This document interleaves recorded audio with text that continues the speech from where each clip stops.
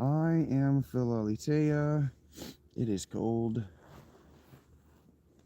I did not sleep particularly well last night. Couldn't, couldn't get and stay warm. So I overslept a little bit to stay warm, and then woke up and talked to my buddy Mr. S a little bit, and found myself talking to Gemini about what I should be doing right now. So instead of prolonging that conversation, here I am, putting my glasses on. I need to be charging my hand warmer so I can further thaw my shoes.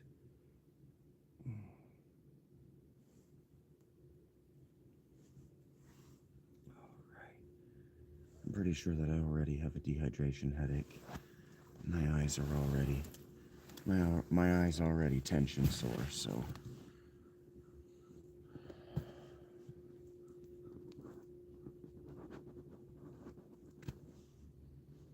we're gonna push through the day, do our best. I accidentally left my bottle of water in the pouch on the side of my backpack, so it froze. And that's a bummer, but we push on.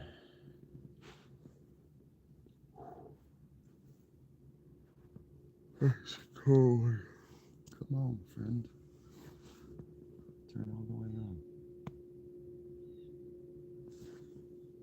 Oh, battery died last night. It got cold enough that the battery died. I may not be able to do this today.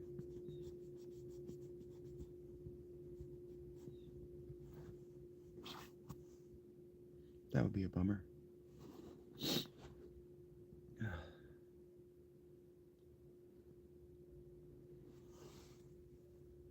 Oh, poor Sharon. How dead are you, darling? Oh, God. All of my stuff is dead. My little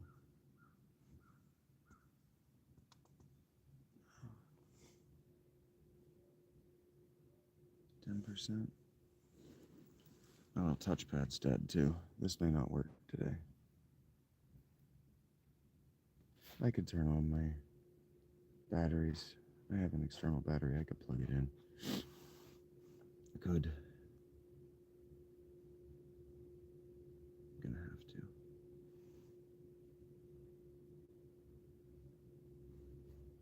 Okay, I wasn't expecting to have no battery. I was expecting to have 100% battery. It got cold in here last night. This is resting on my knee. Okay. Here we go.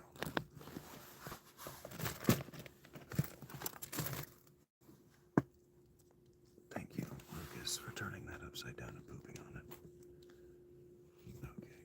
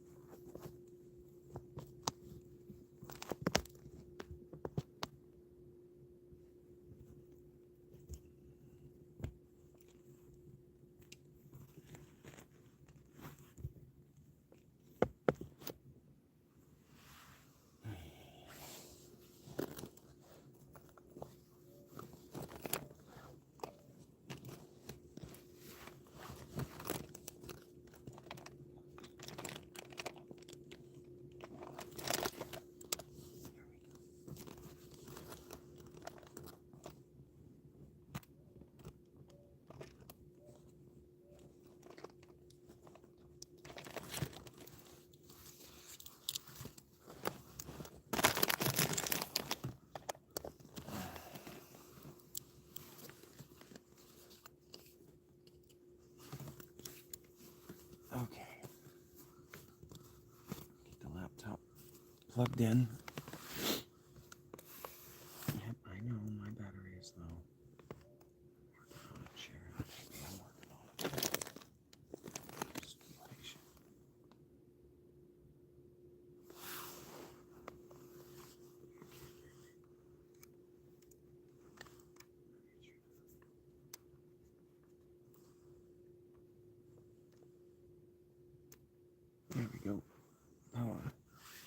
Sharon. Fantastic. And now we see if my keyboard is just not going to react. It's just not going to react unless I take this glove off, is it? It's not going to react even if I take the glove off. Okay.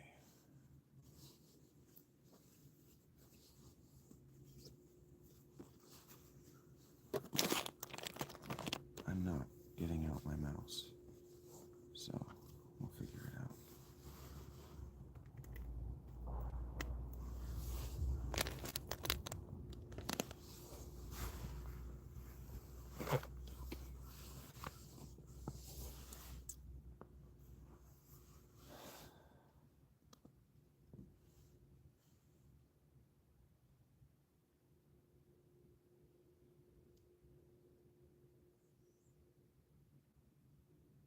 Try again.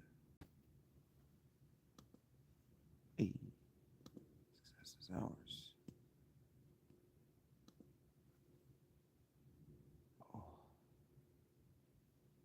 hand hurts.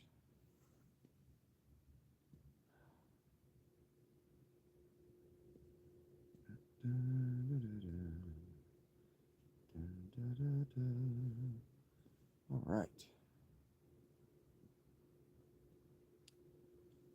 Chapter 1, Scene 2, The Chosen Saga.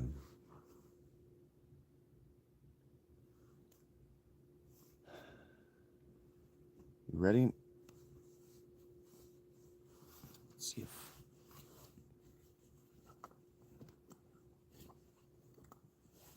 It's gold.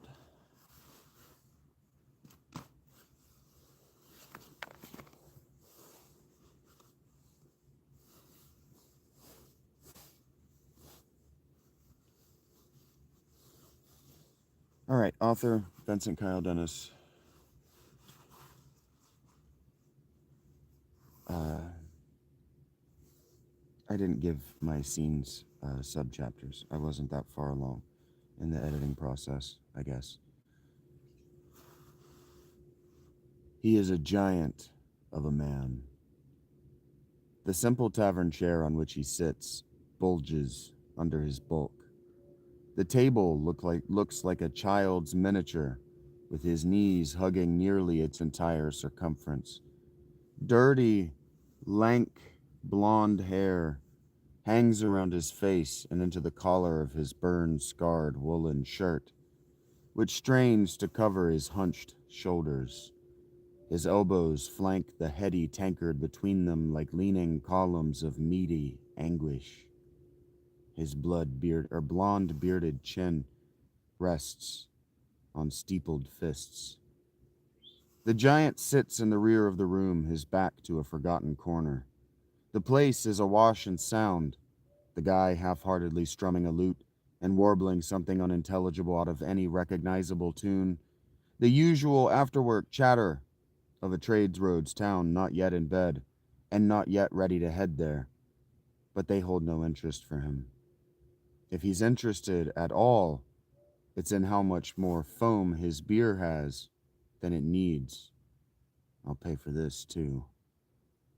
After some time, he exhales, a long, drawn sigh, resignation to the plot. Almost daintily, more teacup than tankard, he lifts it to his lips and tosses the contents into his mouth. If it even is one gulp, he quaffs it down and grunts. The pint has all but disappeared in calloused hands like a prestidigitator's trick by the time he cradles his wrists on the table. Corded muscles move long, delicate fingers, and massive thumb, idly but carefully, with the sensitivity of 10,000 hours and more, tracing the cup's decoration, feeling the tool marks, the wear of time, and the errors of man. When he opens his eyes, his gaze is as blue and cold as a glacier. He sees them, the others. Someone is always watching him. Someone is always watching him, waiting, expecting something. The same thing he is, no doubt. Maybe something else, too. Something they're never getting from him. The feeling of them crawls across his shoulders. The foam in his mustache curls into his lips as the sneer steals his face. He sweeps his frozen gaze across the room, meeting the eyes avoiding him. Roaches, he thinks. Crawl on someone else. They look away. Every day, this same thing. How long has it been? What does it matter? He looks down at the tankard. He could crush it in his hands as easily as any of these donkeys. I'm not the one waiting. He lies to himself. Of course he's waiting. His cup's empty. Now he wants to crush it. I've only had 3, he thinks with a glower. She couldn't have forgotten me already. Thank you, Cayman. A slim hand appears atop his, the fingers dwarfed like a girl child's, prying the one away from his tankard. He blinks, tightens his grip, grunts, blinks, frowning and quivering with the effort to control the impulse to crush, now, both the tankard and whoever this hand belongs to. His eyes follow a delicate wrist up a skinny arm, past an ample bosom, to find a pretty barmaid smiling at him. He blinks like he's looking in the sun. No one smiles at him. Not anyone who knows him. He winces, rubs a hand through his beard into his hair. Whatever he pushed out of his eyes falls back into them. Maybe 3 is enough tonight, he thinks. Then he sees the full, foamy tankard in her other hand, and that thought is discarded like he'd never had it. Standing flat-footed, this young woman in her pretty auburn hair, tied behind her shoulders in a single loose braid like the laziest sheaf of wheat ever bound, is looking him right in the eyes. Turning to look at her as he is, she's as broad as he, front to back. If he turned his mask to face her, he would risk collapsing his seat with the torsion, but he would be her again and more wider. Just a shoulder and bicep make up for the bulk of her entire torso. She turns the side with the fresh tankard away from him, forcing his eyes to hers. They dart there, the scowl deepening. Is she fucking with me? She tosses her head, swaying her braid as it flirts with the small of her back. You're here every night, she says, her voice throaty and meant only for him. Her eyelids batter her fleshy cheekbones, perky with her coy smile. It climbs into the girly register of her 16 years when she adds, I'm beginning to think you come just to see little old me. His heart is suddenly a furnace, roaring impatient fire. His nostrils flare, his right hand finds its way between his knees, and he closes them together, grabbing hold of a leg of the chair with the other. He can feel it quivering with his trembling impatience. He shouldn't have done that. He should have felt it. He can feel it quivering with his trembling. Not that I mind, she continues, her eyes rolling away from him. When she languidly rolls them back to him, locking her opalescent gaze on his glaciers, she visibly jerks. Wow, you're... She coughs into his empty tankard. He notices that the head on the full one is already stiff. Intense. Anyway, they say you got those big strong arms by being the best. What do they call it? If you would please just give me that. Oh, she says, jerking to pull the full beer on the put the full beer on the table like it might bite her. It's fine. I'll tell you. He takes a deep breath in the tankard in his hand. Weaponsmith. I'm a weaponsmith. Yeah. Her breathing evens as his does. I heard every mark and guard on the trades roads has one of your weapons, she offers. I heard leaf blades save lives. He sipped the beer as she said this. By the time she finishes, he's grinding his teeth both at the warm, bitter piss and crystal crush she's just given him, and at the stupid thing she's just said. He grunts. Save lives. He looks into the middle distance somewhere beyond the mouth of his cup. His fingers scratch at his beard. It's that length where it's never not itching. They take lives. He announces to that middle distance. Then he blinks, looks over at her. The blue of his eyes is hard, but it is a human blue. The maid lets out a breath she had not realized she was holding. A smile plays on her lips, a twinkle of something deeper than appreciation, something more like admiration, something more like adoration shines in her pin-prick pupils. Weapons don't save lives. They take them. I don't make barber's tools. I make killer's tools. I'm sure there are as many swords and knives with my touch mark return to the earth along the plains of the roads as there are in bandit sheaths waiting to save their lives from your heroes. He shrugs, quaffs his drink, hands her the cup.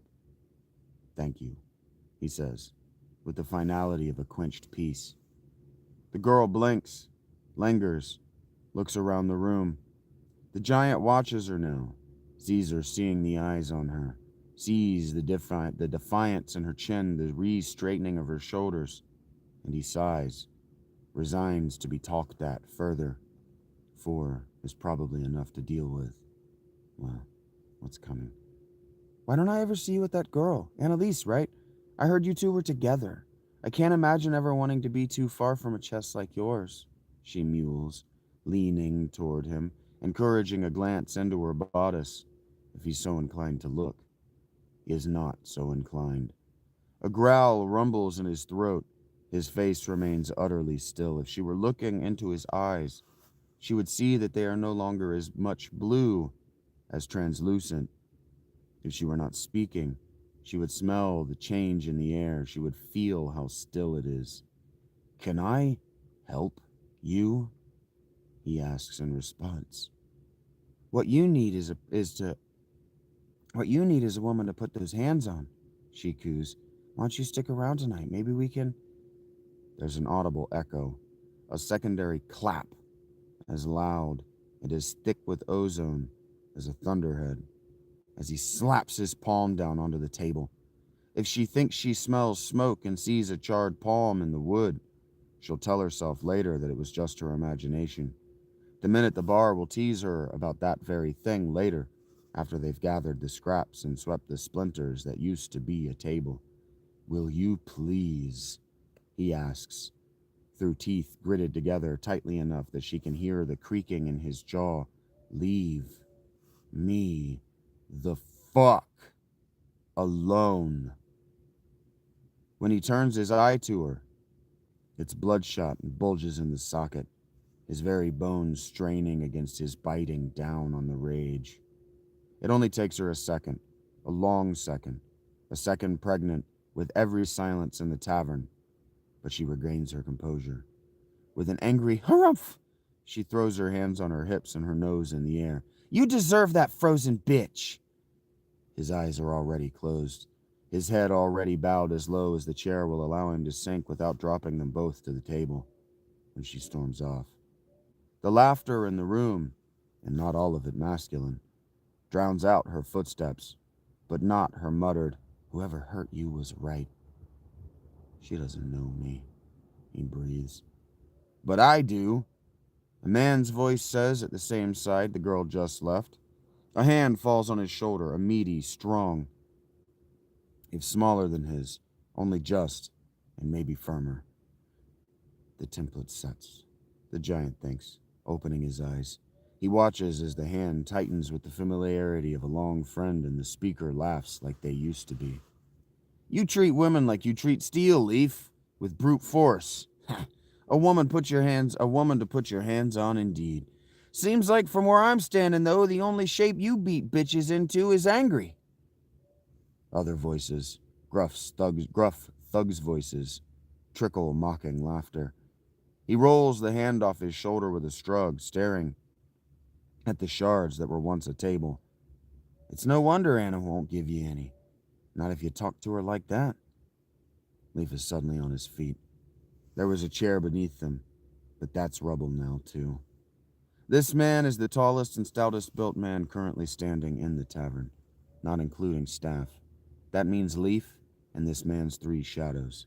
Leaf towers over him, enough that when Leaf leans down to meet his eyes, the man has to arch his neck back, and Leaf has to roll his shoulders forward. Where Leaf is a Hulk in every sense, this man has the slim waist, hips, and thighs of a professional lutenist. The man is also showing the first signs of the stress Leaf's continued presence in this town is putting on this man's life. A thinning hairline, and young. He's only 18. Leaf glares at the man through a vision gone hazy and red, with eyes more light than blue. The man's long nose is crooked from many reset fractures, but strangely beautiful when his full feminine lips are turned up in a smile. This one is too confident by far. A confidence that is no doubt bolstered by the 3 thuggish men at his back, all a head again shorter than he. Anna's mine, Callan, Leaf says. Callan holds up his palms in a teasing, placating gesture, smiling as if he is surprised Leaf didn't get a joke. I didn't come to talk about her. The thugs leer dangerously. Let's skip to the part where you get to the point, Leaf says. The Enosai want what is theirs. And what is that? You know exactly what that is, one of the thugs shouts. Shut up, Kalen hisses over his shoulder. I swear by the eye's gaze. He closes his eyes, turns back to Leaf, opens them, looks up. You do know what. You're very reasonable, Callan. But my goods belong to me.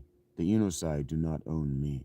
Except, Kalen interrupts, putting a finger under Leaf's nose and pushing him upright and away. They do. They own all of us. Because without the trades roads and rolling hills and their foundries and their mines and their fucking roads, Leaf, none of us has a job!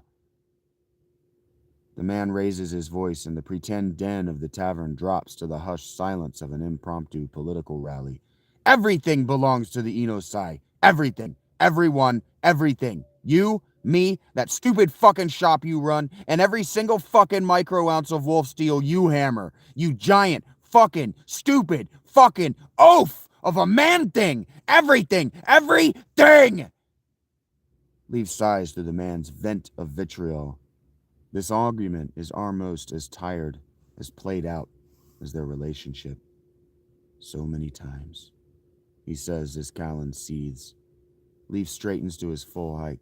His neck pops, the corded muscles bulging. He rolls first his right, then his left shoulder pops his knuckles together. The women of the tavern are bemused at best that his shirt, threadbare as it is, manages to stay, or to remain in one piece. So many times, Leaf repeats.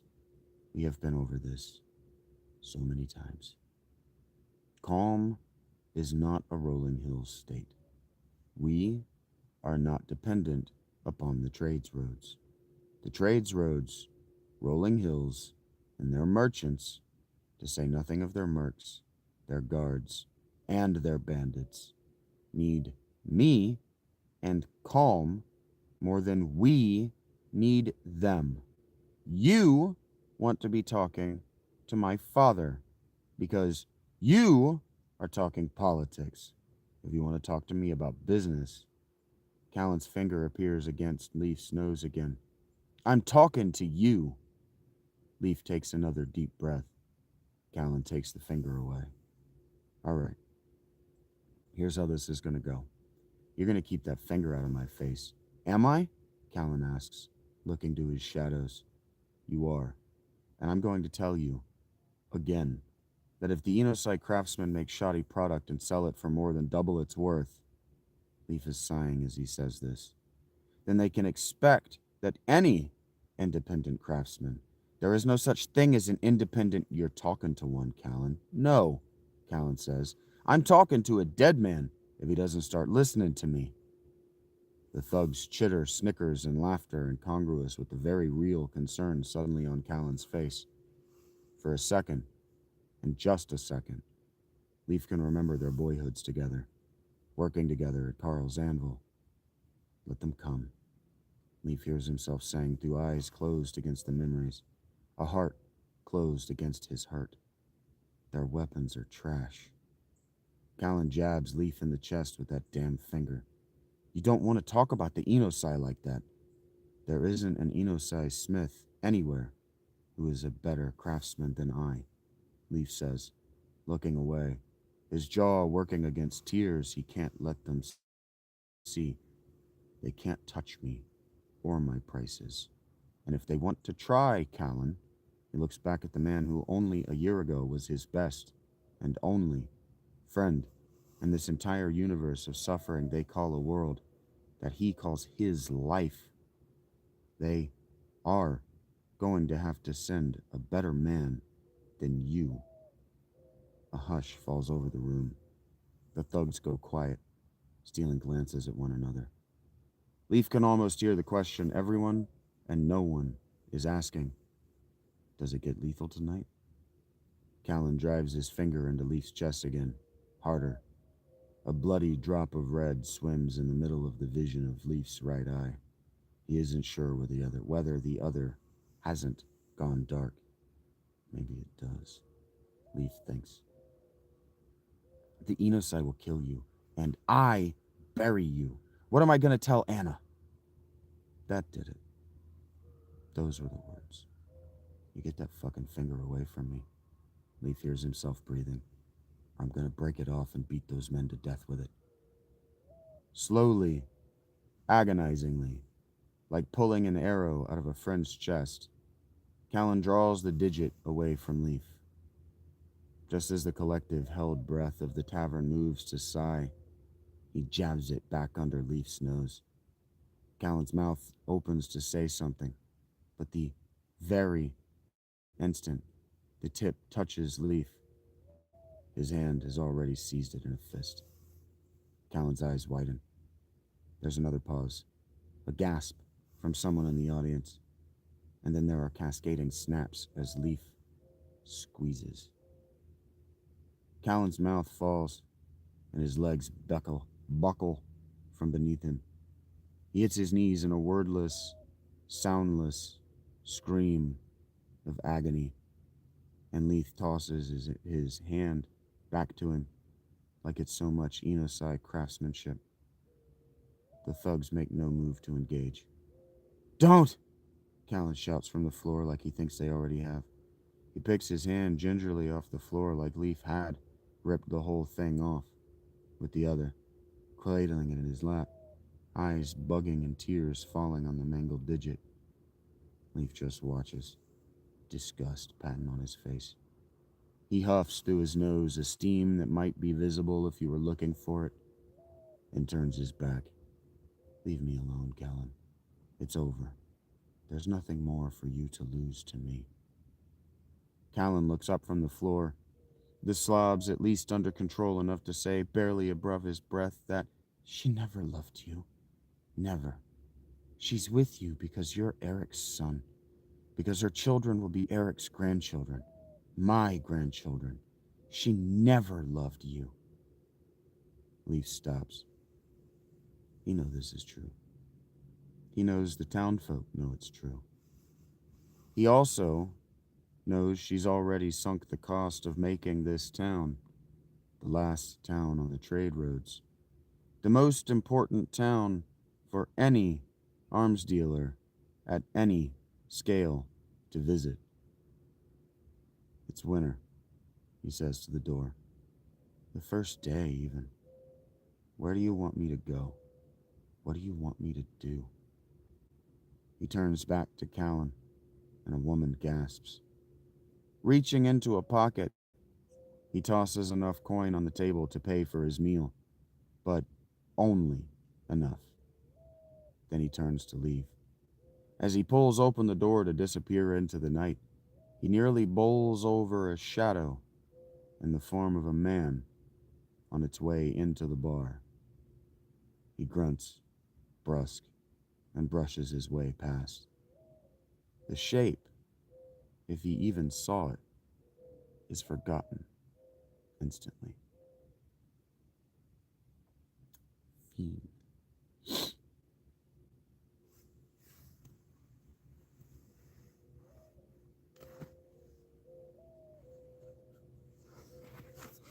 Chapter 1, Scene 2. You can find Scene 1 on the Patreon. I'm going to edit and put Scene 2 up on the Patreon today. That's what's next. So I'm going to sit here for a few minutes to give you the opportunity to, I guess, talk to me, make myself available. And then I'm going to go up to Panera and edit. I'll make myself available again while I do that. Try to make enough money to pay for my lunch before I eat it. Puns are starting to dwindle.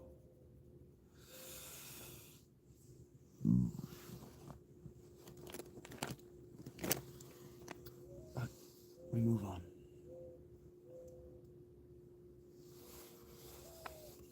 I'd like to thank the dedicated fans who are here to support me right now. Hey, Todd.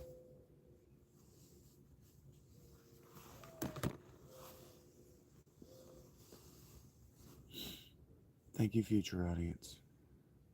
Without you, none of this is possible. I don't know what it's called. The link is in my description. I don't use it, so I don't know how to use it.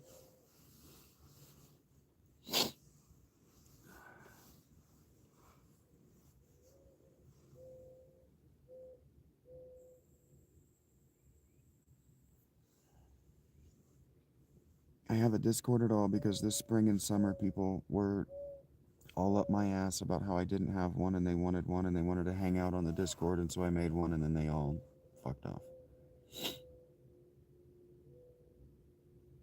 I don't use Discord. I was trying to use it to stream, and it's too much of a load on my laptop.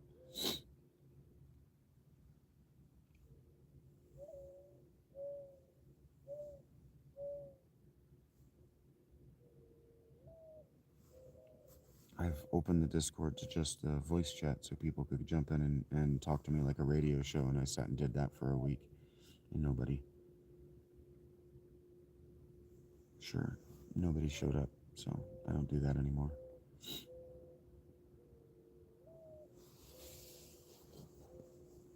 I have it because people wanted it.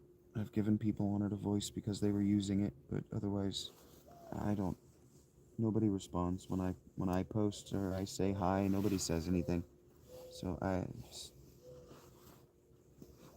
leave it to you guys. You guys use it to your heart's content, the way your heart wants to use it.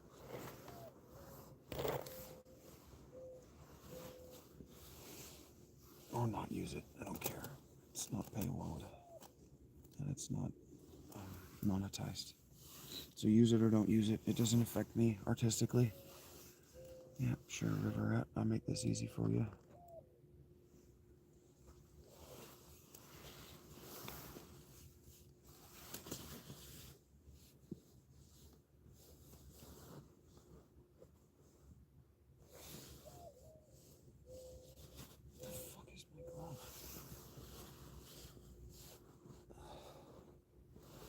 It's not coming with me today, I guess. Should be better for me. Better than what?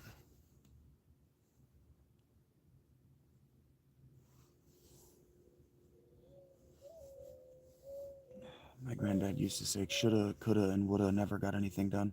I don't really think about shoulds or coulds. Cold's fine. It's colder than it was yesterday, but it's warmer than it was the day before that, so it's fine.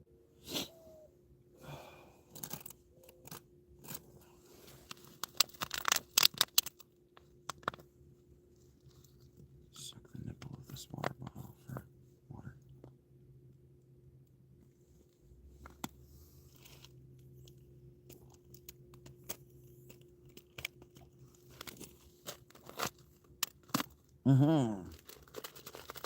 Success.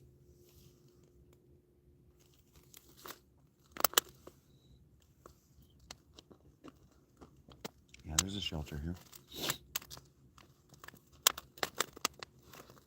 Do I not have shelter?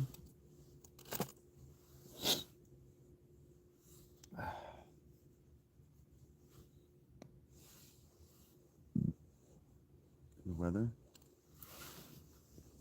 has stayed pretty consistently cold. It's supposed to be cold through next week too. I'm not worried about it.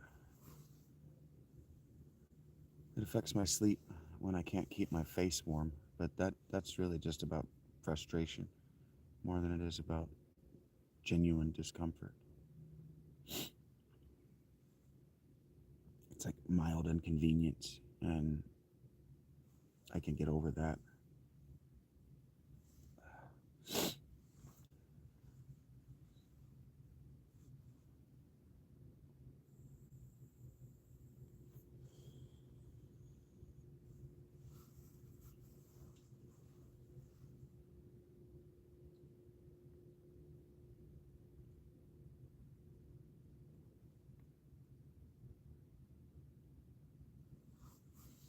It's just prolonged cold.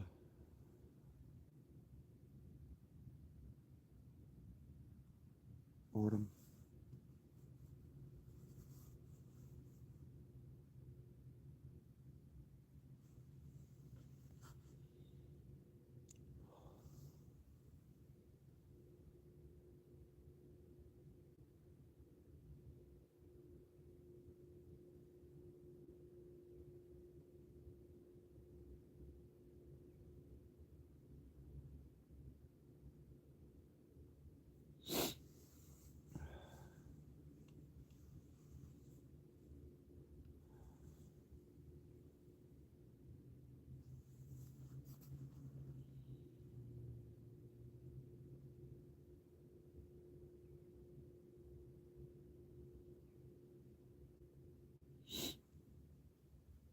I guess I'm gonna do this until I'm bored, and then I'm gonna go up to Panera.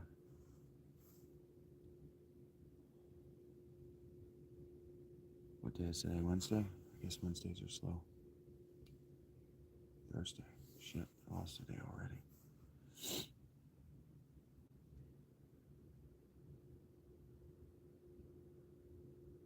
That's rough. I really thought I had a handle on it.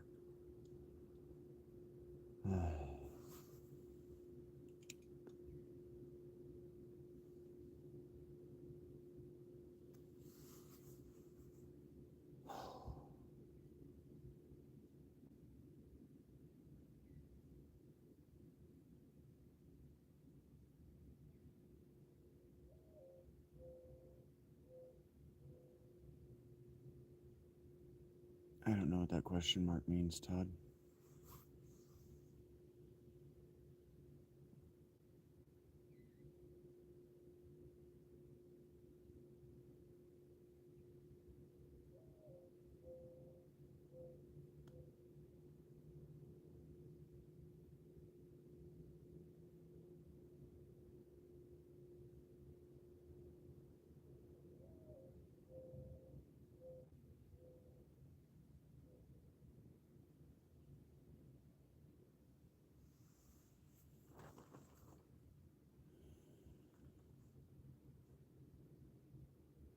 What about the comment?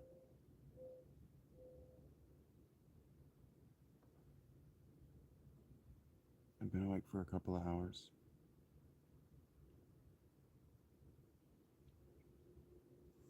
Just having a normal day for me.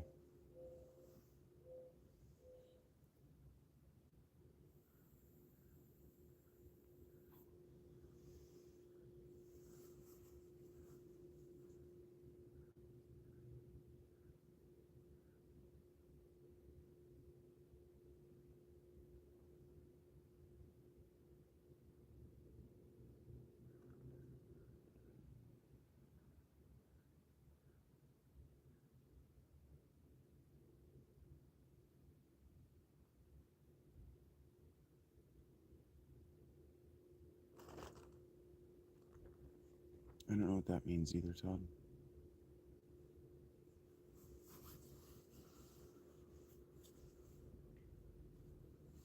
What is EL? Good for you. Thank you for telling me.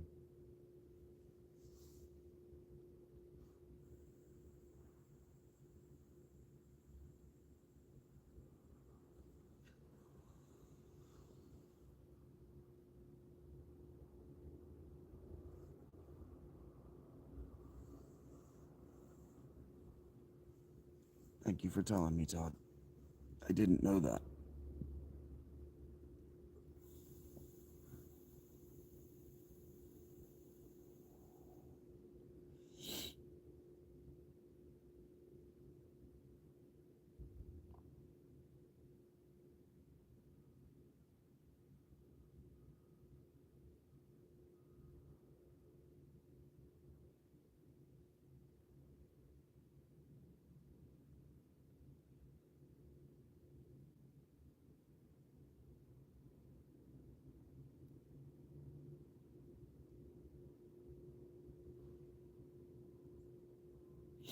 At the moment, I'm sitting here waiting on chat to move King Matale.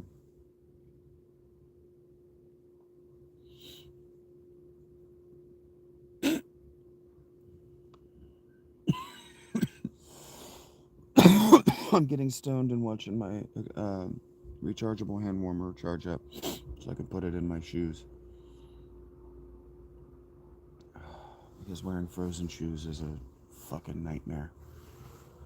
That ends eventually. Yeah, it ends eventually. Nightmares do end eventually.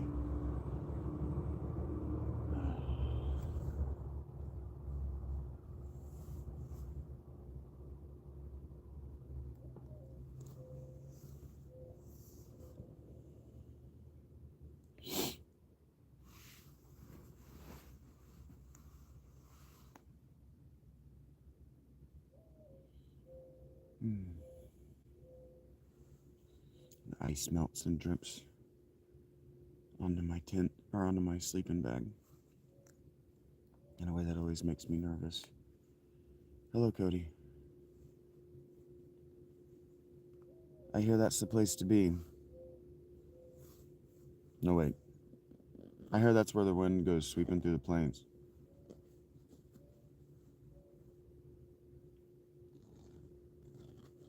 Green Acres is the place to be. I always go, Oklahoma is the place to be. Yeah, that's not right. It's Oklahoma, where the wind goes swooping through the plains, and the hum dum doodle doodle doo. It was 80 degrees. Good for you. That was like a month ago.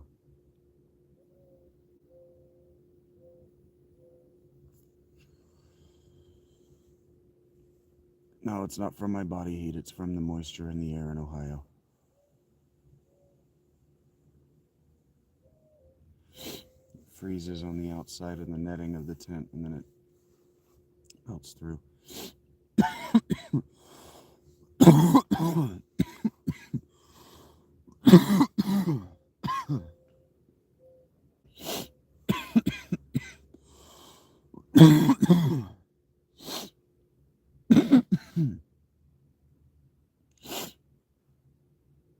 I'm fine, Sage.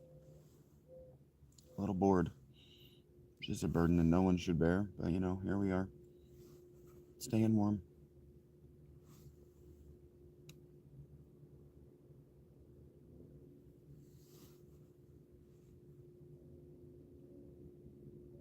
Charging my shit to eat my shoes. Well,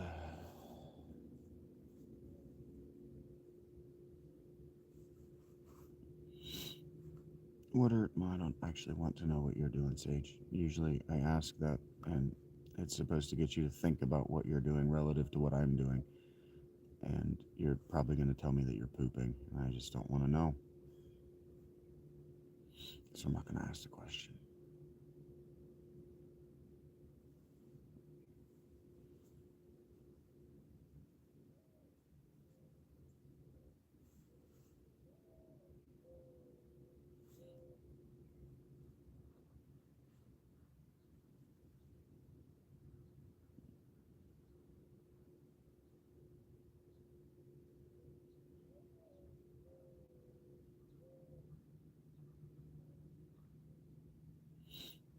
We got about 15 more minutes before I hit an hour. An hour was the goal originally, because the scenes are written to be about 15 minutes. I write my work conscientious that you're an adult and don't have an infinite amount of time to sit and listen to me or sit and read me, for that matter, be self-indulgent. From all the things that you hear me bitch about with the RPGs, other narrative games that I play, as far as pacing, I'm conscientious of all of them when I'm writing. Yeah. Decent money.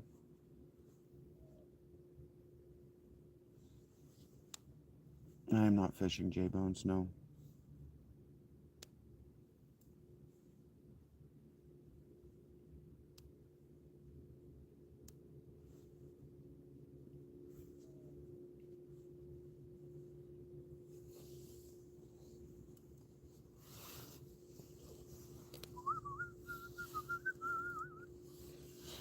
I never actually performed that musical. That was the year before I arrived.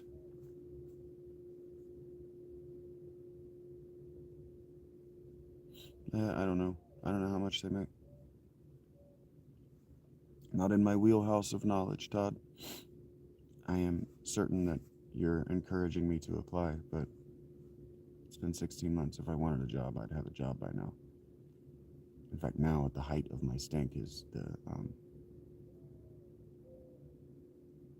least I'm inclined to do it.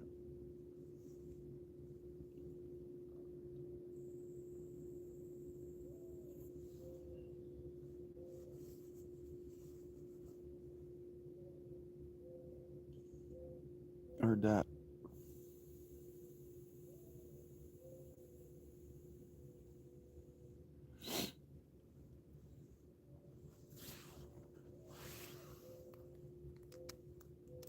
I am disinclined to work, spend my time making other people money.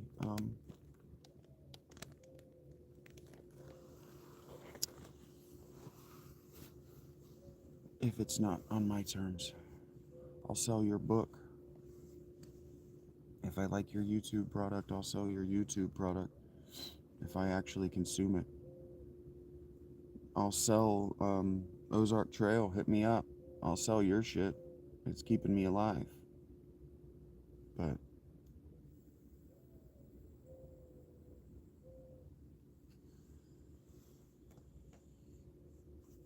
Panera's bread sells itself.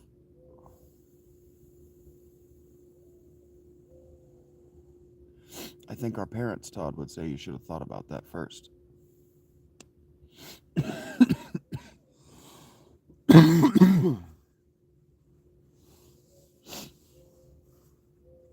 I hear that a lot. I sit in public and listen to people. They don't think I'm listening. I'm listening. And I hear that a lot. I gotta do this because I have kids. This thing that doesn't suit my temperament or my skill set. And I'm gonna do a bad job at it because if I fail, it's outside my control. I can say that it's outside my control. I can say that the reason that I'm still at home with the kids instead of working for the kids is because the environment at work failed me. I hear that a lot. I got no choices. I got kids. It's like, well, you got lots of choices. You just got to back yourself into a corner to make choices you don't like.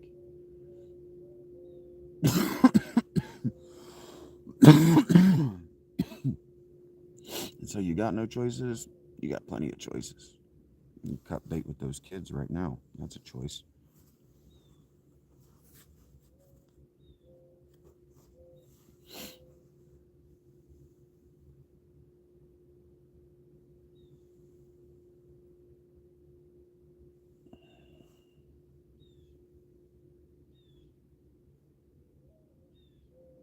I'm not coming at you, Todd. I'm just saying I hear that logic a lot. I hear that logic a lot.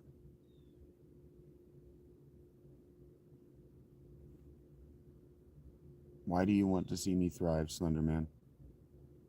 You're not a regular viewer. You're not a regular commenter. Why do you want to see me thrive?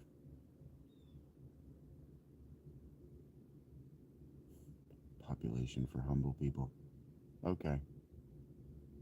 When you can tell me when it was at its peak, you can start to talk about why it's gone down, and then you can start to talk about solving the problem. Otherwise, don't talk to me at all. It's not what the demographic data says, Stanley. The demographic says that only people like you are having kids. Okay, Slender. If you say so. What you mean to say is that you wish you were seeing me thriving right now.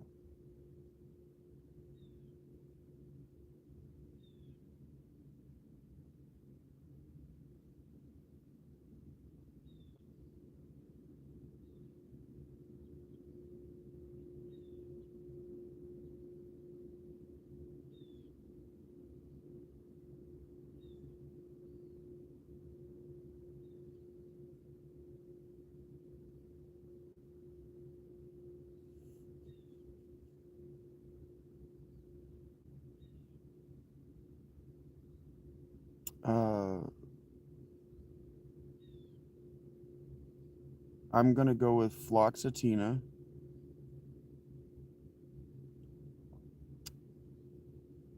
Oh, I see. Sort of.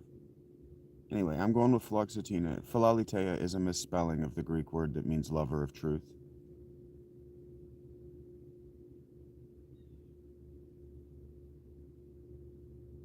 Hi, Flu. I'm gonna call you Flo, if that's okay.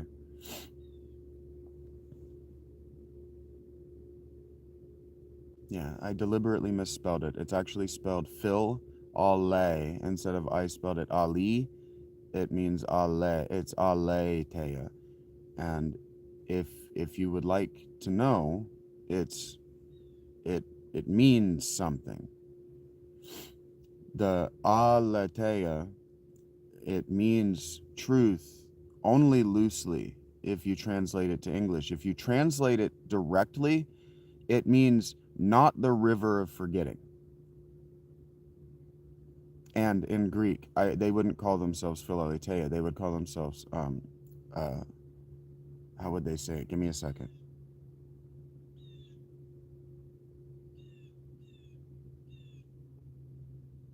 They would say, I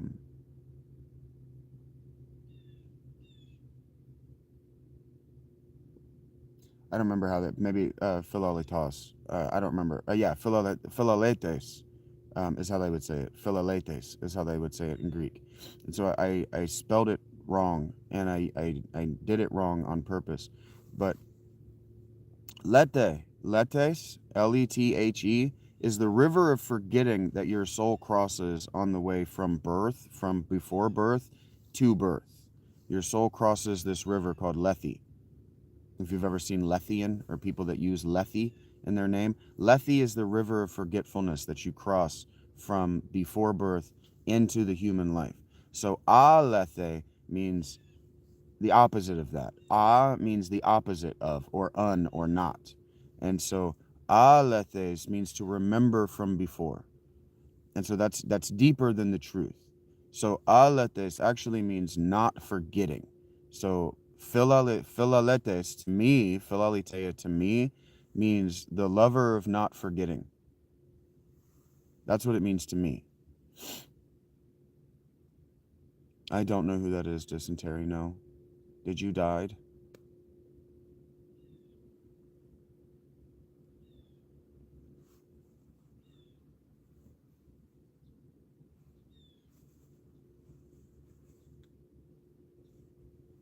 I arrived at it independently,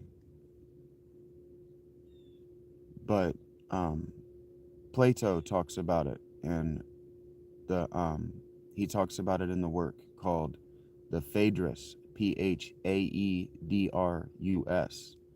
and I've read and commented on that extensively for the channel and on my Patreon for anybody else who's interested. It's a higher religious abstraction and binding. It's a tighter religious and abstracted binding than philosophy.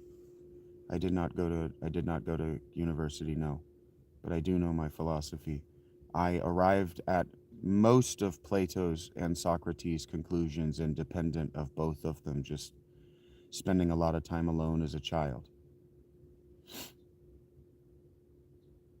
I am in a hot air balloon. I get that one a lot.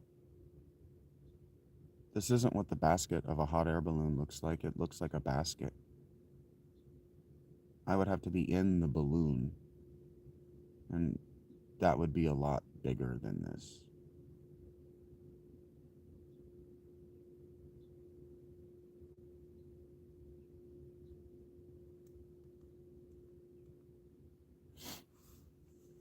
It's just a weird and disruptive non sequitur that doesn't even look conceptually accurate.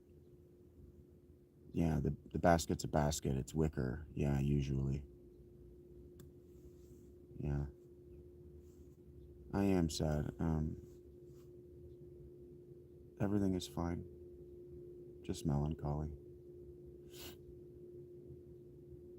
I have seen and experienced things that I can't unsee and forget. And so philosophers put a big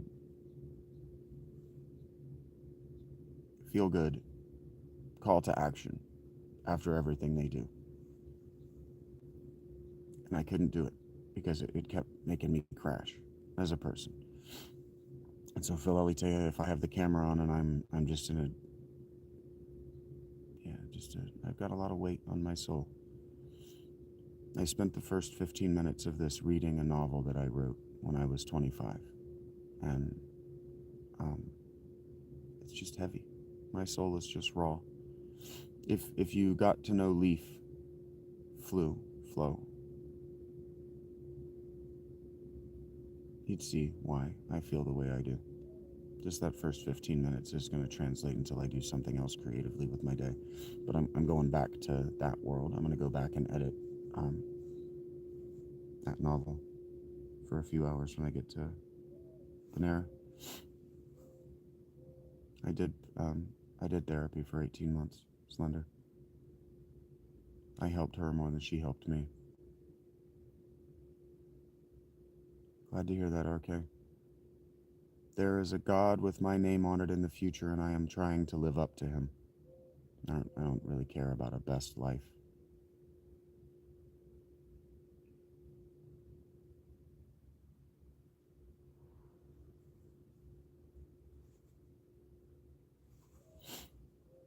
I do something important in the future, and I am trying to become that person, the person that did the thing.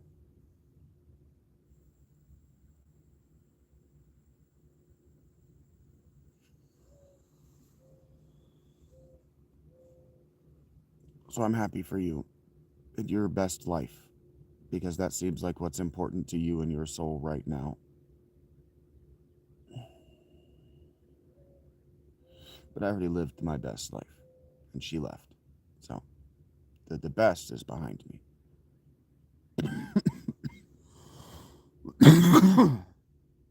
I'm not worried about that.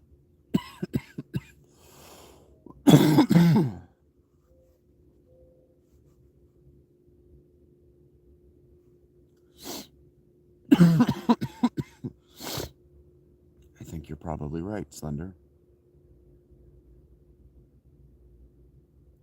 I think that the psychological establishment says to tell the people around us how we feel and that we feel things, and the people around us tell us to tell our therapists that therapy could do you good. And so you go to therapy and they say, well, tell your friends how you feel. Tell them that you feel things. And you go to your friends and you say, hey, I feel things. And they go, yeah, you should really do that with your therapist.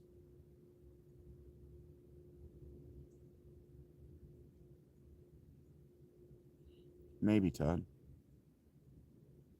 Maybe. But how many days in a row are you going to do that before that's the nightmare that you're trapped in? Sorry to hear that, RK. I hope that you're not just pulling my fucking leg. A lot of people will do the someone I know is dying so that they can make me feel like they can undercut my message by making me feel like I'm going through less than they are. Right, but how long? People always want to talk to me about when I say that I like this life. They always want to throw some kind of a Twilight Zone in my face.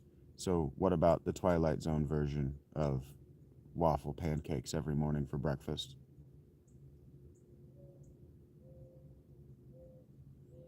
Sorry to hear that, RK.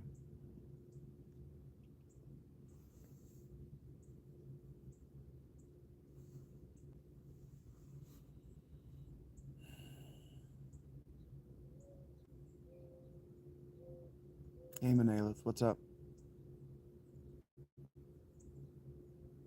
In the ancient world, the way we die was more important than the way we lived. Because the way we die is always a teaching moment. Hi, Colton. And our kids carry the way we die until we do, or until they do.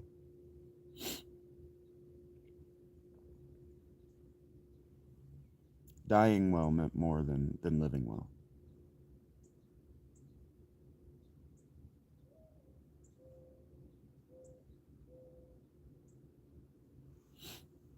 Hello, Colton.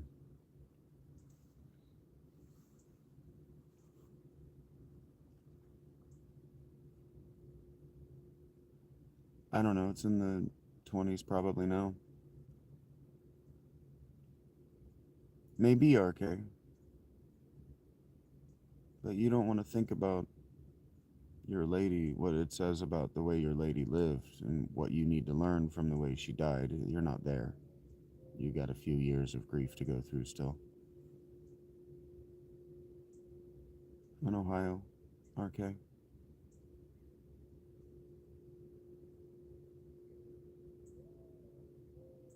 If you're willing to kill him, Todd. I write, Slender. I've said while you were here that the first 15 minutes of this was a scene from the novel that I'm editing.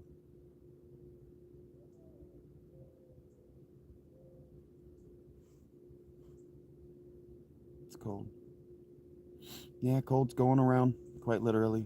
It's that time of year. It's usually cold till March.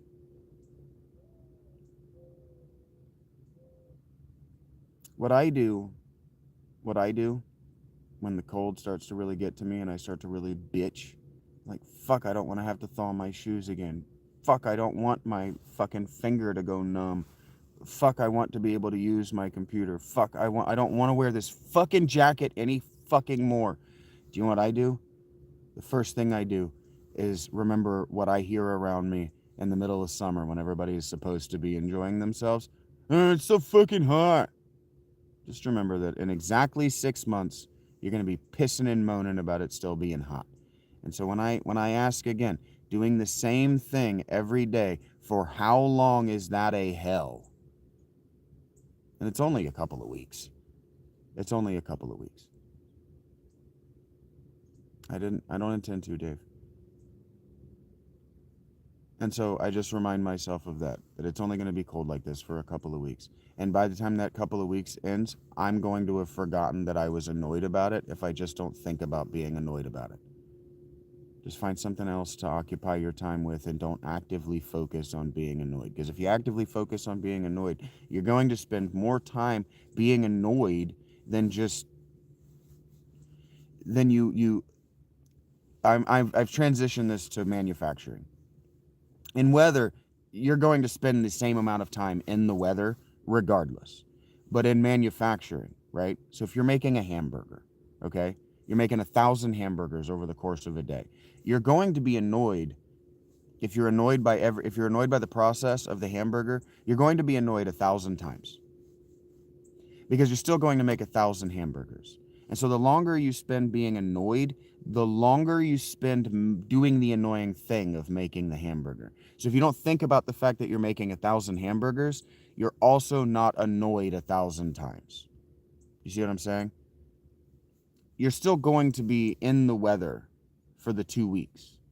But if you don't spend time during that time being annoyed, you aren't also spending time being annoyed. Does that make sense? It's like the Tool song where he says that shit adds up at the bottom, right? So if you got this bucket, if you got these two buckets, the thing you're doing and the annoyed bucket, and every time you stop doing the thing you're doing to be annoyed, you put the being annoyed into this bucket, you'll end up with a day where you've got an annoyed bucket that's got stuff in it that now you have to clean out at the end of your day.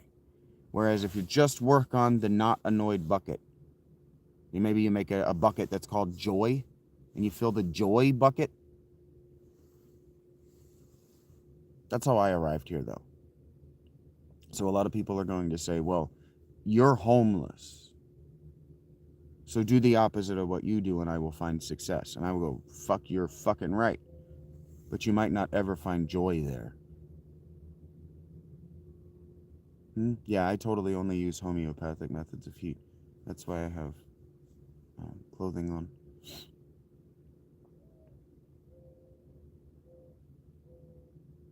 I don't need fire.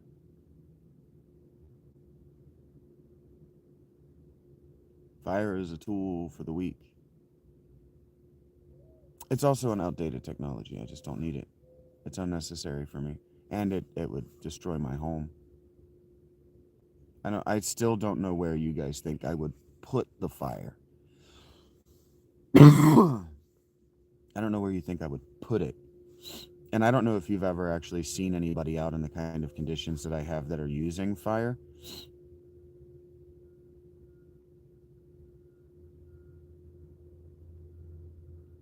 Okay, why do I want to be outside? I'm inside where it's warm. Why do I want to be outside?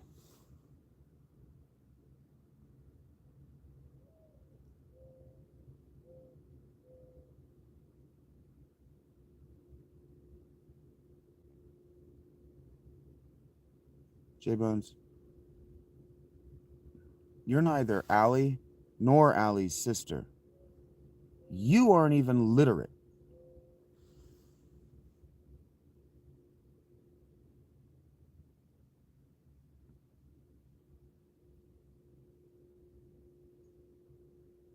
What I don't need is a fire. I go through this every single fucking day. Every day. I have idiots who've never stepped outside a living room tell me that what I need is fire. Why? Because you watch 10K BC? Because you sat and jerked off to a National Geography magazine once? What fucking expertise do you have to tell somebody who lives in this environment and has done so for 16 months what they need or how to live? Fuck is wrong with you? I beat off the National Geographic, so that gives me the qualification to tell you how to live in the environment that you live in and have done so for 16 months on a first impression.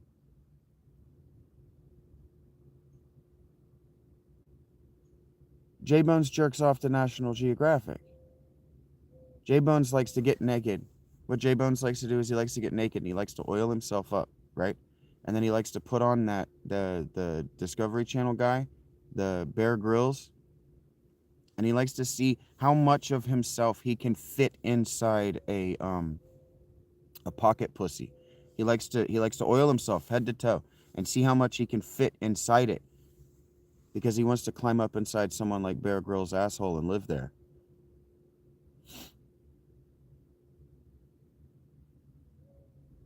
Well, it sounds like you were in low gear, PJ.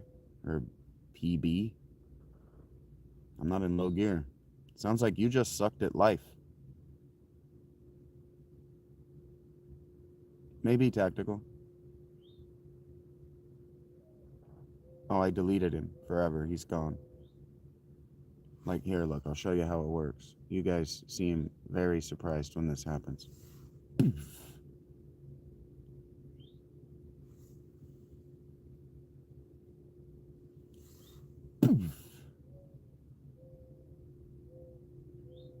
Yeah, J-Bones was being an asshole. There's only one, there can be only one, right? There's only room for one asshole on my channel, and I occupy all of it. The room, that is.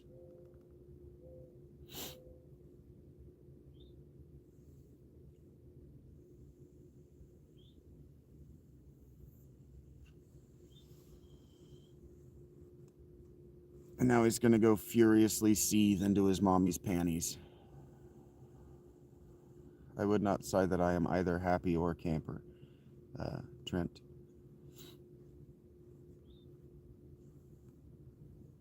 But I am satisfied. As much as that word means anything, that's not the word I meant to say. I am content is the word I meant to say.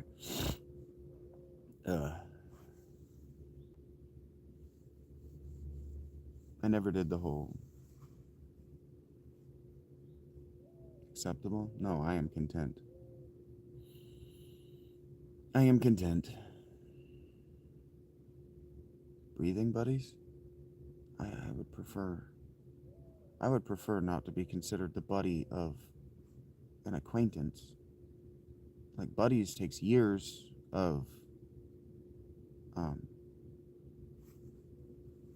co-socialization. Like you have a drinking buddy because you drink together a lot, not because like you don't walk into a bar, sit down beside a guy, talk to him a couple of times, observe him talking to somebody, and say, we're drinking buddies now. That's just not how life works. My life is about me, Trent. My channel is about me. Maybe, PB. Maybe. But you're nobody, and you're nothing.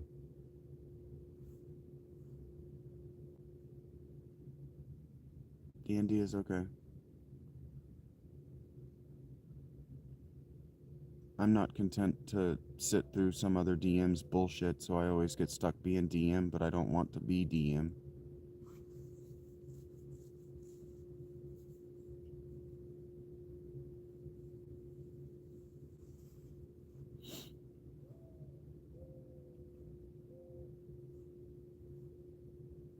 It's not boring. They're just not as good at storytelling as I am.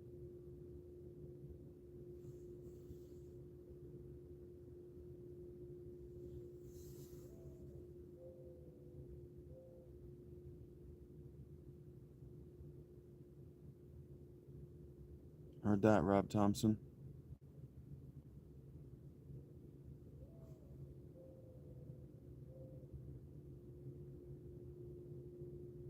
Sure, Todd.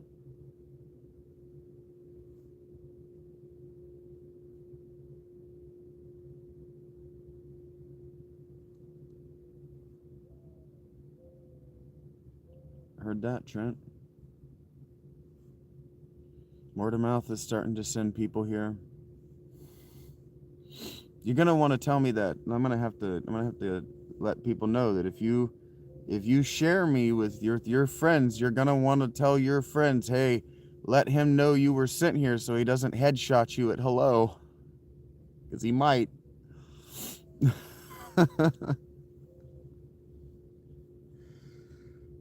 There is a non-zero chance he headshots you at hello just because he's hungry in a grumpy mood. I know that now. You don't know. You weren't here this summer. I had enough foot traffic this summer that I had to start tagging people moderators so I knew who not to headshot in a fit of rage. I'm in Ohio, Trent. I identify as being from North Carolina. Hi, Yvette, but both of my parents were from Ohio, and I've lived in Ohio longer than I lived in North Carolina. But I don't identify as being from this fucking armpit. It's cold. It's actually starting to get warm now. I was kind of waiting until 10 o'clock, and now that it's 10 o'clock, it's actually comfortable. I say this every day. Every day. Nobody listens to me. I showed all summer long. I showed as the winter approached. Every fucking day. I have my tent set up so that as the sun climbs up over the eastern horizon and into the noonday sun or the noonday sky, the entire trip is aimed on my from dawn, from the moment the sun comes up over the horizon until it's in the noonday sky, actually all the way until later in the day. It's like 8 or like 6 or 8 p.m. that it's shining on my sleeping spot. It's shining directly on my tent, right into where my face is. So my tent and this ravine are about 20 degrees warmer than the street level.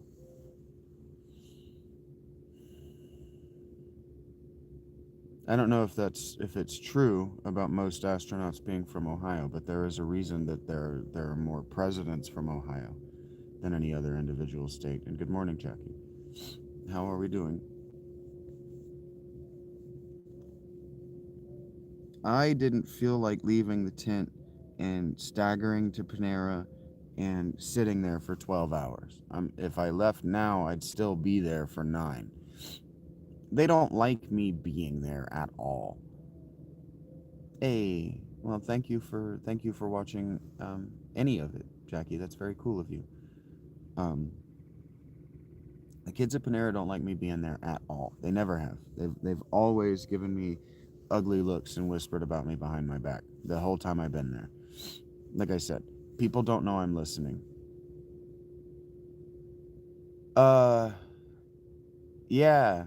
Um, I thought I was with the woman who was the one, and I spent all of my money, and I worked, I just, I put out all of my, I gave the last of the years of my youth to a woman that I thought was the one, and I transitioned into being 30 years old, and let's go into the next stage of life and let's live my best life and do all of the things that I've ever wanted to do. Let's really chase all of my dreams. And she wanted to suck every dick in town that wasn't mine.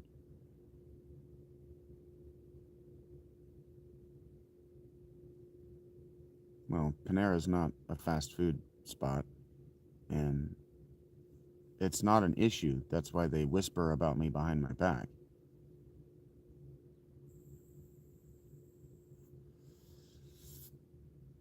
It's okay, Jackie. I didn't suffer it as long as you think.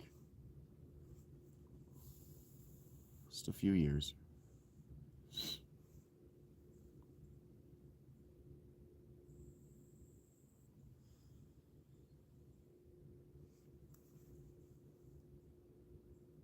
Oh, I've opened my heart to many since. The most recent I opened my heart to left me just a couple of weeks ago.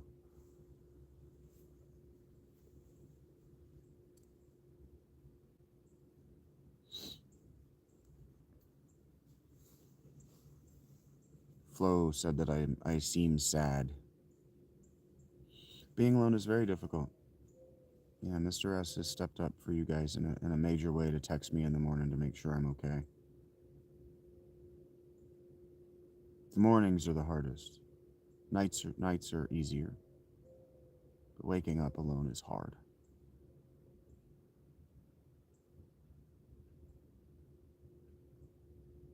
Waking up alone is hard. No, this was years ago. That was I left her in 2018 actually.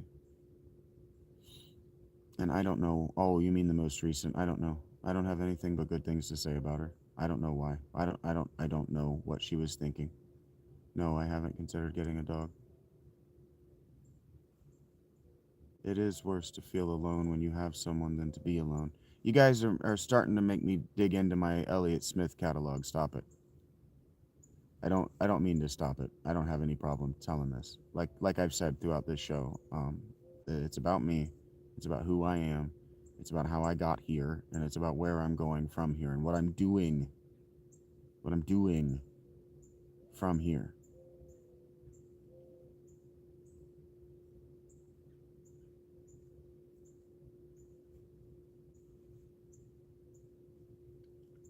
I don't know.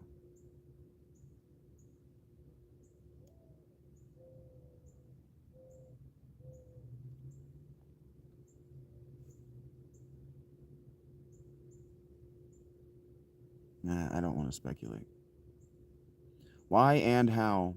Because and over time. It all begins in 1986. I hate that, Jackie. I'm sorry. A partner leaving after or during a tragedy is such a breach of the marriage contract. It's such a breach of the relationship. It's just the worst and most devastating betrayal. Betrayal becomes despair. Despair is mental retardation and self-loss, social retardation. And when you come out of despair, you come out a different person. And if you come out of despair without an absolutely titanic and heroic effort of will, of self-preservation and self-management, you come out because of your environment. And that isn't always positive.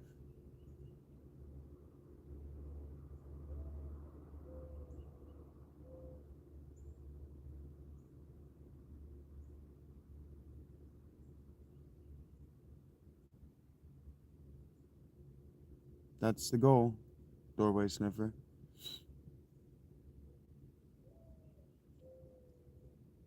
Thank you for quoting the thing that you found poignant. I wasn't being sarcastic or derisive.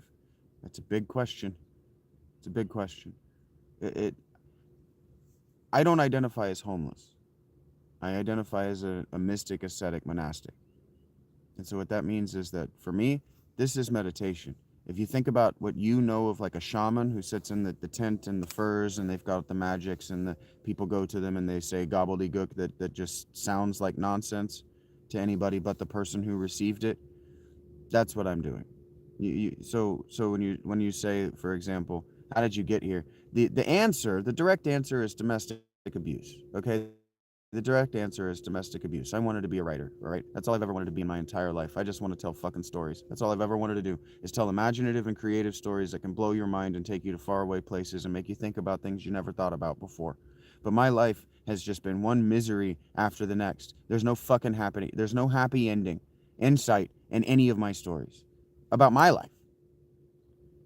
And so it's hard to write stories with happy endings, right? For people who've never seen their dog die, right? It's hard. And so over and over and over and over and over in my life, I've put my life at the mercy of a woman that I thought loved me, and over and over, cyclically, she betrays that trust. And I find myself in some quasi homeless state. My mother kicked me out when I turned 18. My next girlfriend was fucking all the dudes who weren't me that she knew. My wife decided that she no longer wanted sex from me and that I was allowed to find other women. And so I brought a woman into the house. We lived together for 2 years, and then it turned out that she was spending all of my money and sucking all the dicks that weren't mine in town. So she's gone. Take the girl and move to Ohio to be near her family because she felt lost in her life after she graduated from university. And then it turns out she's sucking all the dicks in town that aren't mine. And so she gets to go. And I just focused on the writing. Focus on the writing. And this is where it brought me, because by the time the writing was finally as a skill set good enough to start to put it on something like a Patreon and try to get people to fucking read it, it was COVID. It was late 2019 and the world fucking ended. And so I put myself at the mercy of another fucking woman who said that she loved me, and here I am. It's not a fun story. It's not, I smoked too much crack, and so my dad kicked me out. I look 25. I'm almost 40. It's not a good story. It's not a story you want to hear. It's not a story I want to tell over and over and over and over again. It's not a good story. And it doesn't get subs. It doesn't get subs. I don't see revenue tick tick tick tick tick tick tick tick tick. We need to get you fed. We need to get you warm. We need to get you a sustainable income so you can do the thing that you actually are good at. And so I don't know why you guys, I don't know why you push and push and push and push looking for the breakdown.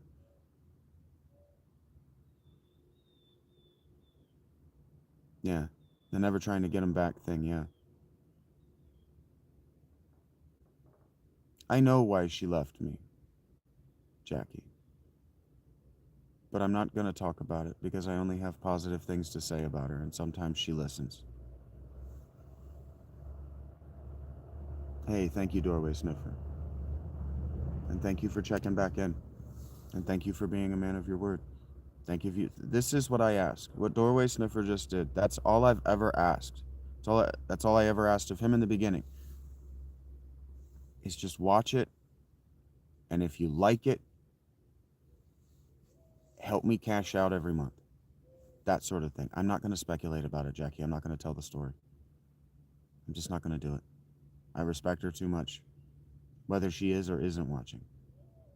Whether she does or doesn't pay me for her silence. Or for my silence. I love her, Jackie. It doesn't stop just because she left. But that's all I've ever asked for. If you like the channel, just watch it. Because watching it, now that I'm like he said, now that I'm monetized, now that I've gone through the bullshit, I've dragged through the bullshit, just help me keep doing what we're doing. And just help me keep the chat moving.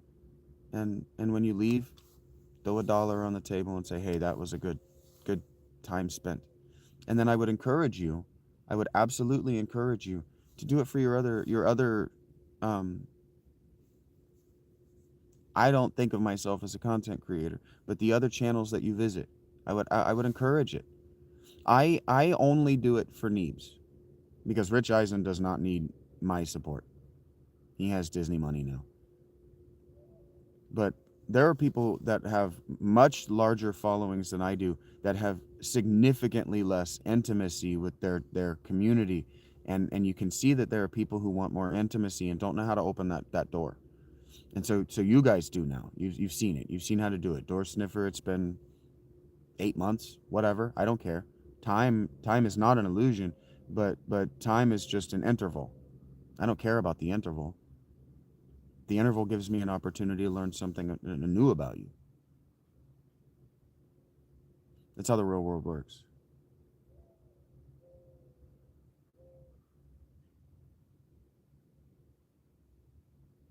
Well, I didn't give up.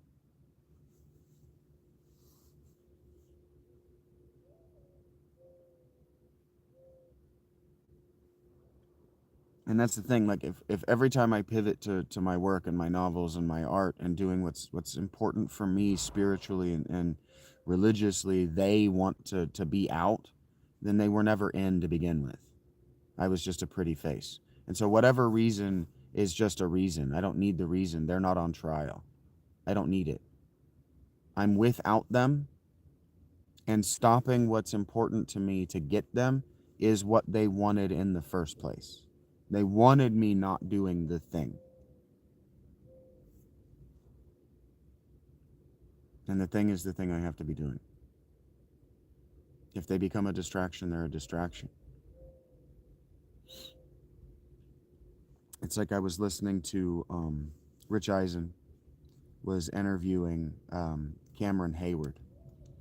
Cameron Hayward, defensive lineman for the Pittsburgh Steelers. He's a vet now, 15, 17 years, something like that, 18, whatever. Long time. That's a long time. Anything over a decade, especially in one company with one workplace, is a long time in human terms. It really is. I'm not giving up on me. Thank you, Jackie. Um, thank you.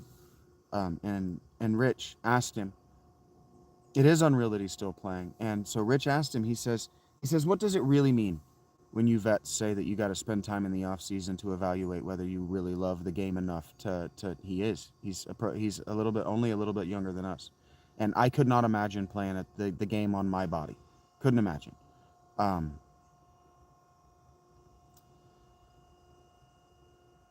and what he said is that what it means is that you've just spent upward of 9 months. That's an estimation from me, but upward of 9 months away from your family, people who love you, whom you love, kids, wife, and you've told them, I am emotionally unavailable. My time is unavailable. I am intellectually unavailable for 9 months of the year. I have compartmentalized you where I love you and I am loyal to you, but I am unavailable to you. And he said that when you come home in the off season and you get to be available to the people that you love, that it makes you question how much you love the game and how willing you are to sacrifice being away. And I don't exactly remember how I was going to segue into that initially, but relationships are like that for me. It's like I have to tell my art, I'm unavailable to you right now. This relationship is what matters to me. And then once I've invested in the relationship so that it's established and I start to creep back toward wanting to be in the art, that's when the relationships fall apart. And so what I've done is since COVID, since 2018 really, but since COVID definitely, is I've just said, okay, we're going to do the art because work does that too. Jobs will want that from me as well. They have in the past.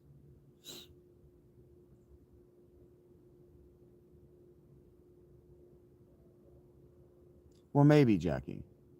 Maybe.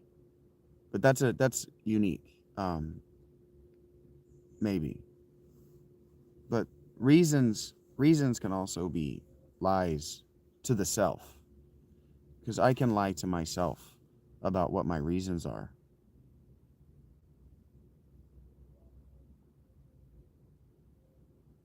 And so I'm not suggesting that hers, whatever, but I am conscious of that, conscientious of that, even. And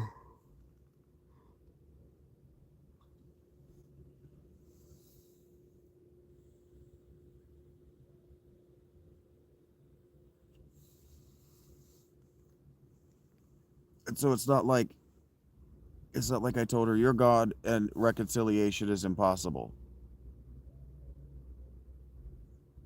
Sure,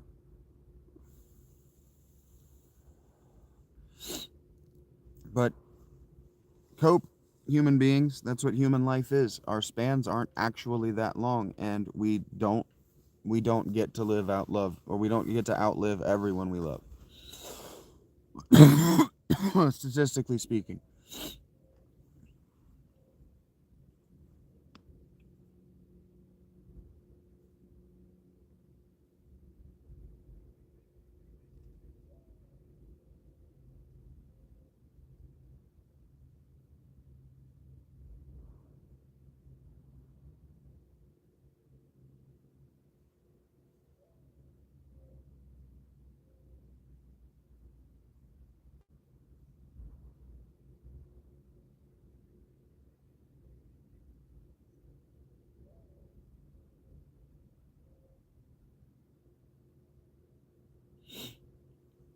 All right, we have crossed that hour mark, so thank you guys for hanging out with me for so long. I'm not going to say I'm sorry that the conversation today is melancholy or sad or emotional or whatever. Um, we're about to go and play Final Fantasy VIII, and we might beat it today.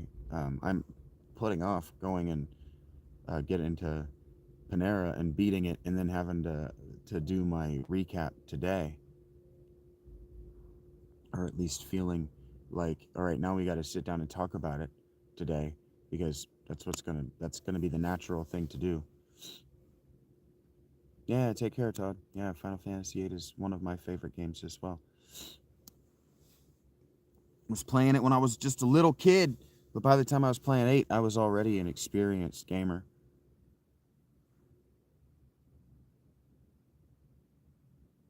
I do have pain in my voice. That game is absolute anguish to me.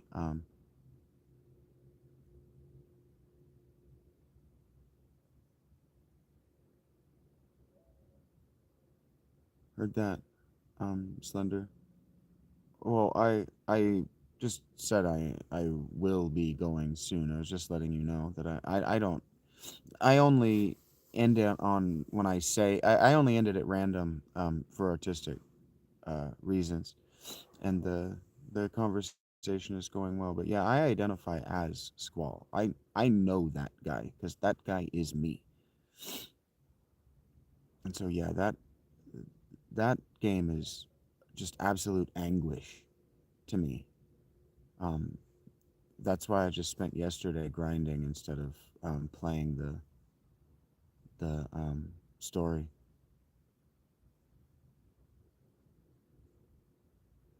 I like those paint by numbers games. I was always excited when I was playing the pay to play game apps when they had the paint by numbers games,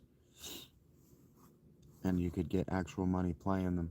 I always cashed out. I always ended up maxed out my earnings too fast, but I like those games. And I do a lot of not thinking when I'm playing Final Fantasy VIII too. You get in. That's why like we spent yesterday farming. I don't think it's the best story in the series, but I do think that it's a significantly more cohesive story than Final Fantasy VII, and so in that way, it's just such a good game. Because I still remember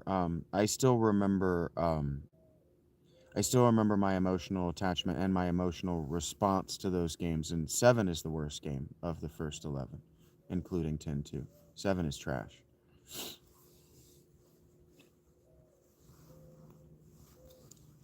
6 is the second best. 10 is the best. 8 is very good, but 8 is very good because of how well it's paced through its cohesive and very complex sci-fi narrative. So in that way, it's probably not as good as 5 or 4. Sure.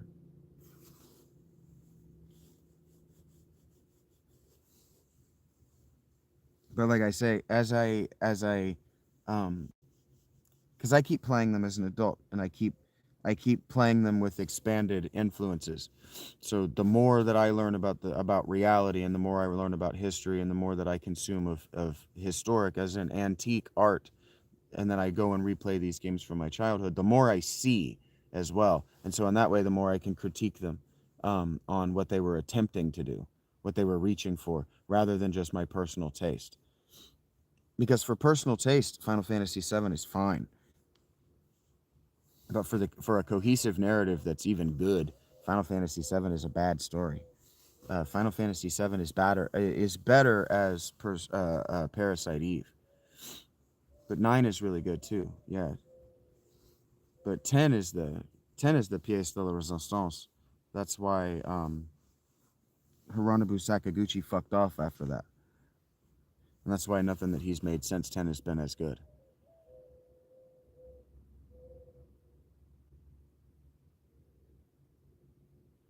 Yeah, maybe.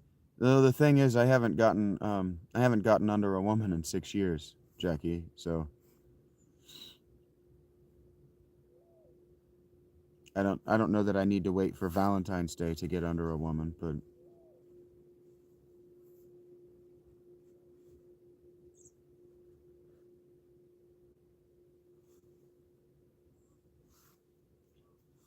I hear you. Valentine's Day is coming up, isn't it? Because that's like 2 weeks. I hear you. I forgot that it's not still January. I forgot that it's not still early December. That's on me.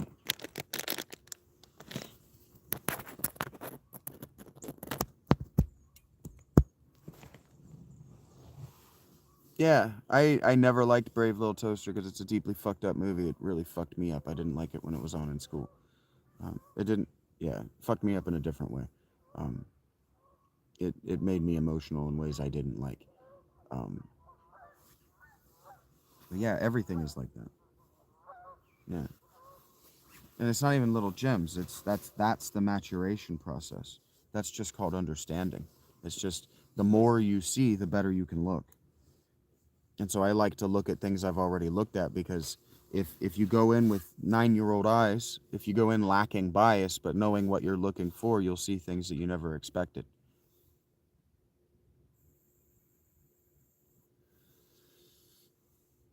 Like in Final Fantasy VIII, every time I played it as a kid, I never had a TV that was good enough, that was high enough resolution, that I could read the words that are scrolling on the TV when they turn the TVs on in Timber. I could never read those words. I just saw that they were words scrolling, and it never clicked in my head until I was playing the game just this last week that that's why the radio's shut off. I just thought I always just accepted that the radio had been shut off for 17 years as a plot point and moved on. I never asked why. I never ask why of plot points. This is where you and I are different. This is why it's hard for me to write, because I never ask why of plot points. I don't know, go why that plot point. I just move on. Okay, fine. If I ask why, I ask why did the writer choose that plot point and not any other? And so I don't ask in world why this? Why is it like this? And so I didn't figure out until now, until I'm 39 years old, almost 39 years old, that scrolling text is why TV and radio has been turned off. That's all it is, all over the whole planet. And so now that I've read it, it says, I won't let you forget me. I'm alive out here. That's Adele that we just knocked out of space. She's broadcasting her thought. That's the only thing she can think anymore, and it's broadcasting over and over and over, and has been since they launched her up there. And so I don't ask why. And so I never thought about it. And so Final Fantasy VIII is a cohesive game that if you ask why of the plot points, they connect together as you play it, is a very good game. Very good. 7 doesn't do that. It doesn't reward doing that. And I've already done that for the channel. That's not a an opinion. We've objectively demonstrated it. Yeah, Ferngully for sure. Well, they were written by adults. I think that's something that kids don't appreciate. You have to rewatch things. Like have to in order to start to think about it. That's kind of what I'm demonstrating. I had to too. Um, they were made by adults, assuming that adults would watch them and critique them, hoping that adults would see the deeper the meta narrative happening, the metatextual and subtextual ideas that are being communicated. Because if you're watching a movie in theater, your parents probably there. So they're probably communicating to the parents too. But as children, we forget that there are other people in the world besides us. My top 5 movies: Disney's Aladdin, the third Die Hard. Disney's Aladdin, the third Die Hard, Blade Runner 2049, um, Ace Ventura, and I'd have to think about a fourth one. I'd have to think about a fifth movie that I liked that much. I'd have to think about it.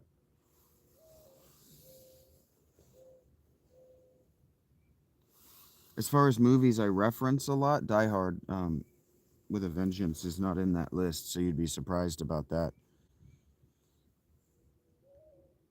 Probably you'd be surprised about Blade Runner 2049 too, because I never reference it.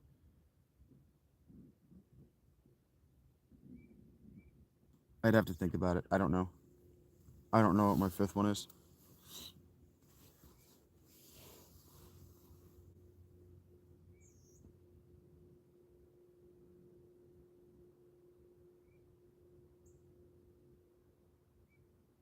I can't think of another movie besides those four that I've watched twice. That's kind of what I'm trying to think about. Is like, what movie have I deliberately watched twice? The Maltese Falcon with Humphrey Bogart is my fifth favorite movie.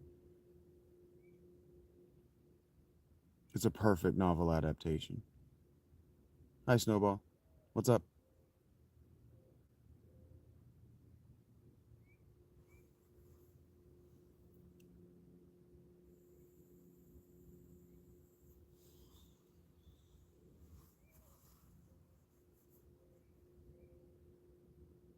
I've watched Jim Carrey's early canon multiple times, and I've watched Adam Sandler's early canon multiple times, but I wouldn't call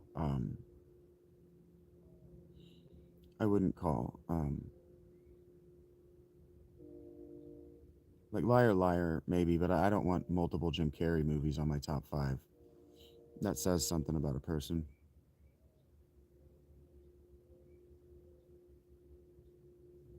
Hey Harmony, it's warmer now. It was cold earlier.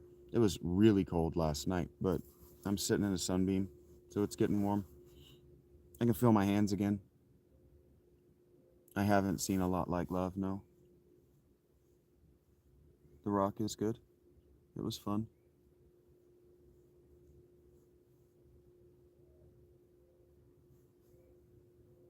I haven't seen a lot of movies, especially before 2008.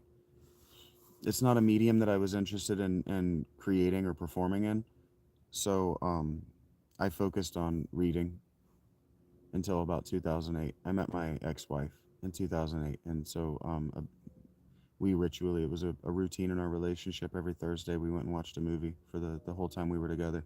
I knew it was over when she stopped wanting to go watch movies, and that was long before she suggested Devon. So I don't want to move to Florida anymore, Dave. And if I were moving to Florida, I wouldn't be taking anything. I would take my backpack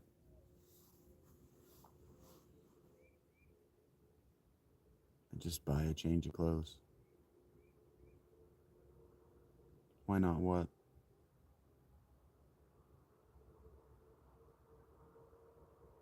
My ex is in Florida. That was the only reason I wanted to be in Florida to begin with. Florida has the Dolphins too. I don't need to be with all of my exes. Well, two of my recent exes.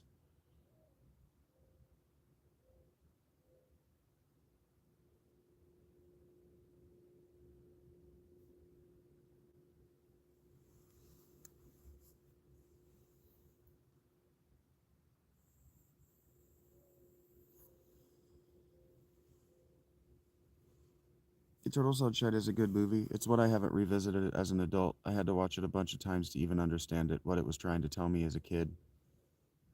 Indiana Jones was very influential on me. The first trilogy, Star Wars, the first trilogy were very influential. I wouldn't consider them favorite movies, though.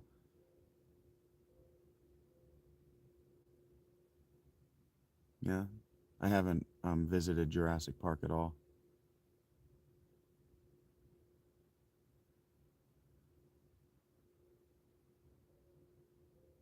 Why should I consider if I still love her? You can love people and not want to be in their proximity or want to keep them at arm's reach.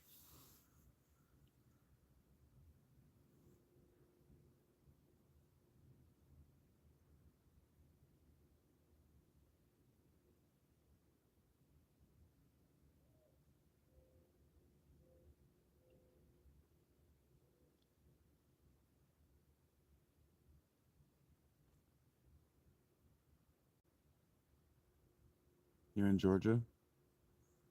Florida Georgia Line is a band, I think.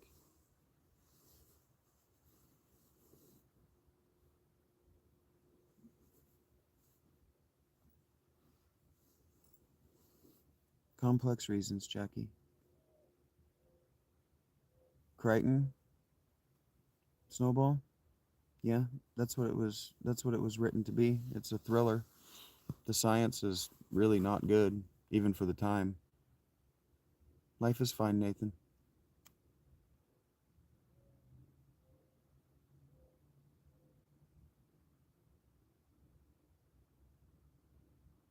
Okay, Paul. It's a weird thing to say.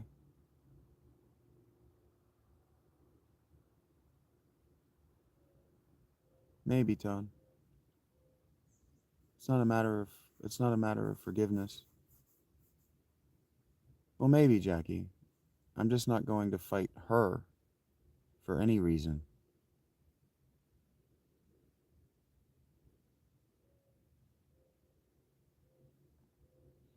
And I don't need anybody to understand that.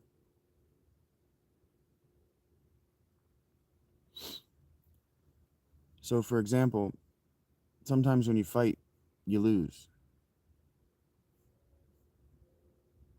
A real fight, there's a winner and there's a loser. So if I have to fight her to show her that I love her,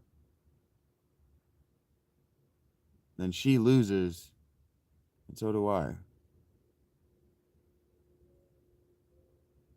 Well, if the thing that I'm fighting for her love, Jackie, is her,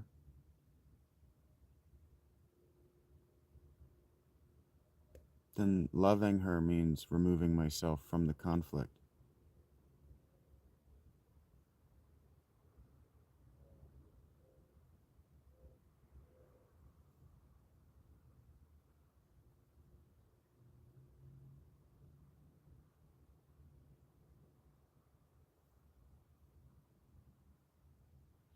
That's why I don't want to talk about her.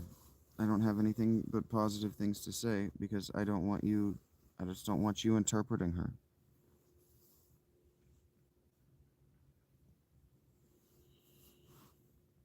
Well, I'm not sane, Jackie.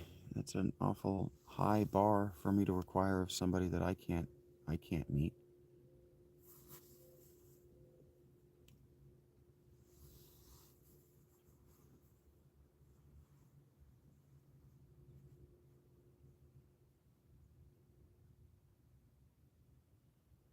Mm.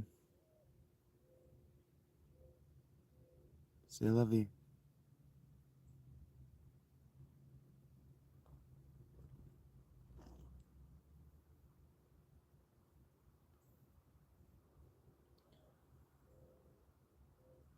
Do I think? I don't know.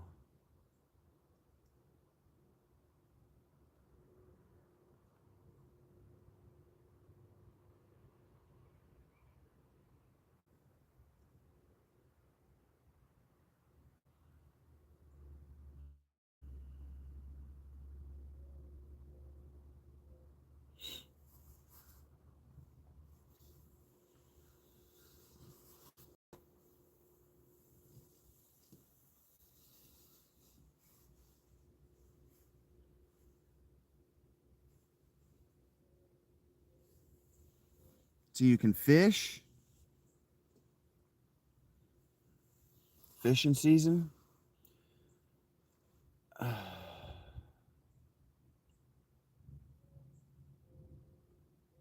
I don't hope, Jackie. Heard that, Dave.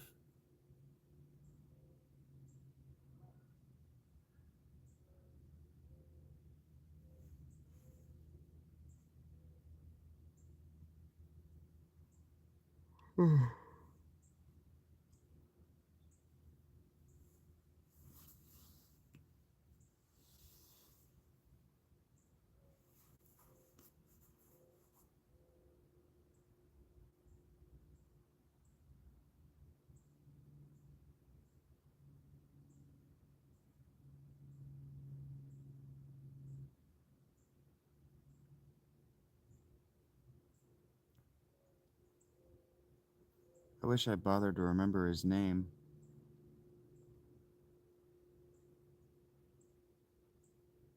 because I'm sure that saying, "Do you follow the Greek comedian?" isn't going to do it.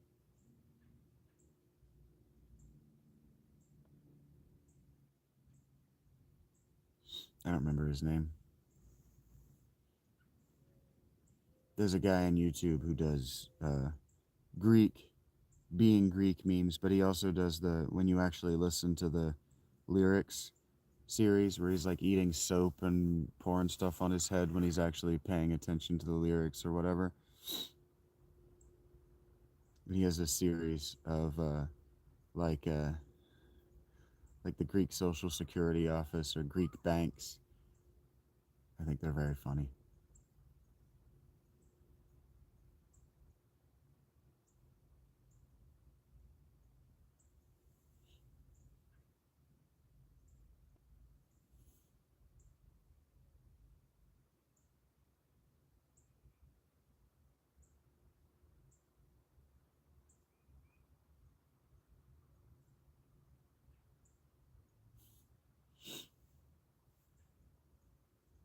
Maybe, Jackie. Maybe. You're very cute.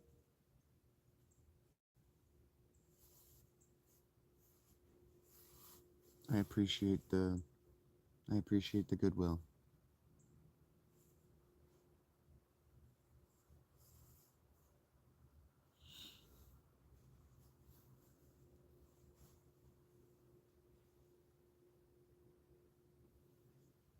I wouldn't.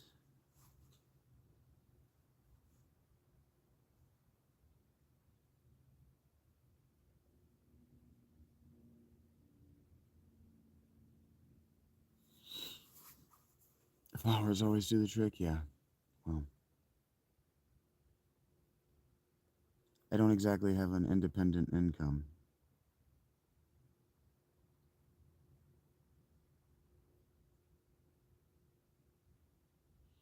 I'm glad, Jackie.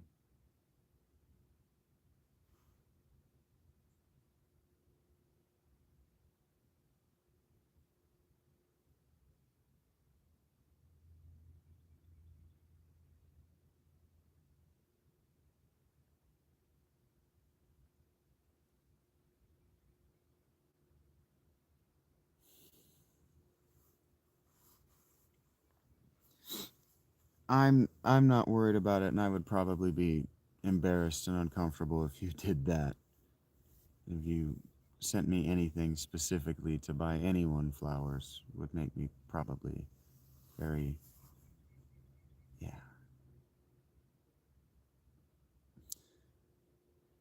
That would probably make me very embarrassed.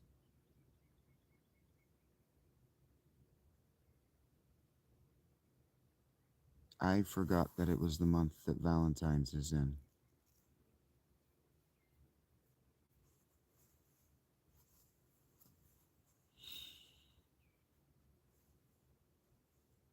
I'm not gonna I'm not gonna send her flowers.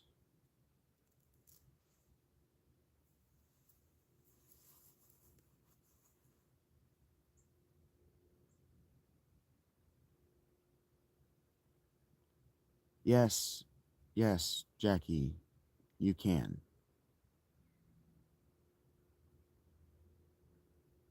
The last woman I gave a token of my affection to, and she accepted it, was married and had a child.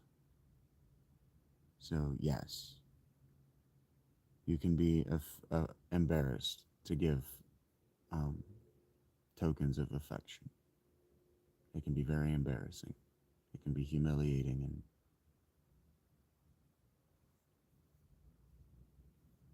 and I'm not going to do that.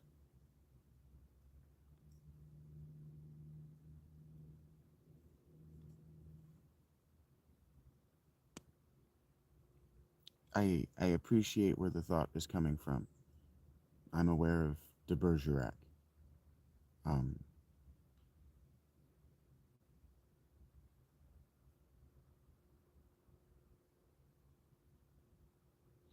but I've done that. I've lived that story.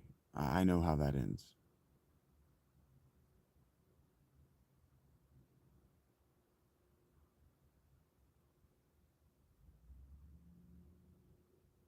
Okay, take care, Todd.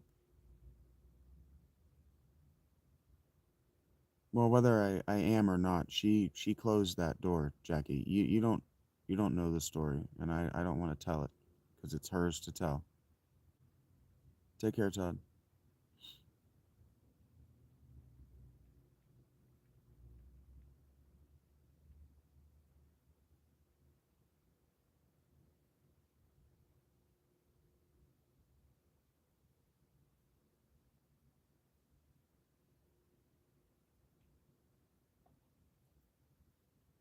When I first became homeless, Jackie, I haven't had Dubai chocolate. No, when I don't like chocolate enough to try it, or pistachio for that matter, and it's expensive. Um, when I first became homeless, when I first started the homeless thing, um, I was going down to the I was going down to it's called Christ Table. It's a little kitchen, whatever. Well, I don't know that there are brighter subjects, but you guys just talk about brighter things. Um, I was going down to the I was going down there to Christ Table, and I started going there because one of the women at the library directed me there. She told me where it was and that it existed because I was going down to the library and I was getting one of their private rooms and I was recording. I was actually reading, but I was doing this. I was recording myself, um, working before I could go live.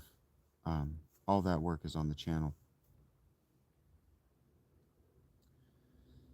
and I'm just smart and charming, and I'm literate, and so I wasn't flirting with them, but I was talking to the librarians like they were college educated women every day, coming in, hey, how you doing? Talk about some book, some idea, whatever. Just I worked retail forever. I dead space. I don't have to let dead air happen, and so I don't. Just make small talk with these women, and I could tell that there was one of them. There was one of them who wanted my attention. She wanted me to talk to her like that, but she could never find an excuse to talk to me, to help me. And so when she finally found an excuse to come over and talk to me, and we talked a little bit, the first thing she did was tell me her favorite color. She goes, "Oh, my favorite color is blue." And she goes, "Oh, but I also like orange or brown. I know I'm weird. I like them together." And so I know what that means. I know what that means. So I got to know her a little bit better, and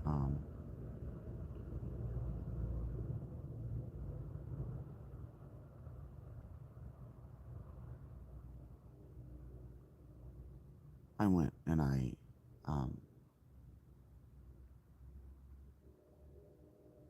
I bought a little. I don't know how to describe it. I bought some macrame supplies. I bought some rope, some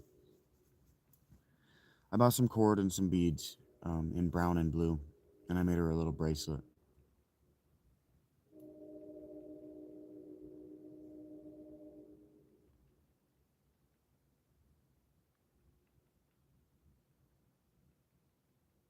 And so I'm just not going to do that.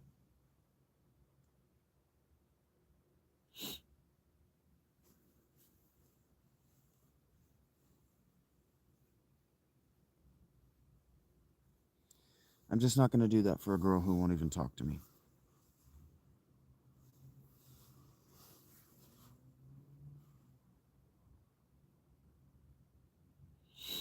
Not when there are girls in my actual proximity who won't talk to me.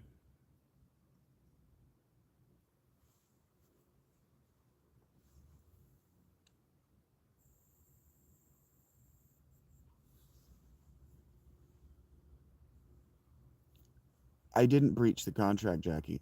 I don't have to get her back. She has to get me back. She owes me poetry. She owes me songs. She owes me tokens of affection. She owes me a change in temperament. I don't.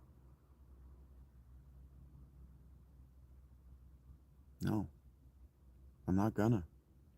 I've done all that stuff. And you know what they do? You know what women do when you do all that stuff? They suck other guys' cocks. No, not anymore. I'm not a boy anymore. I'm a broken man with a dick that's fallen off. So just no.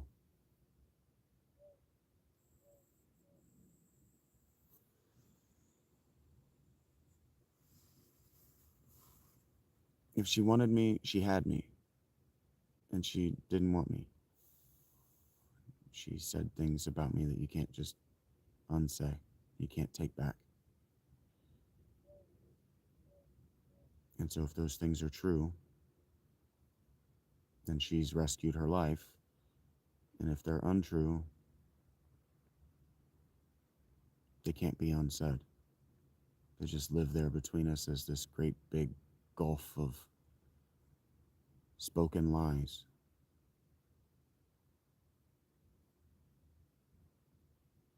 That aren't mine to address.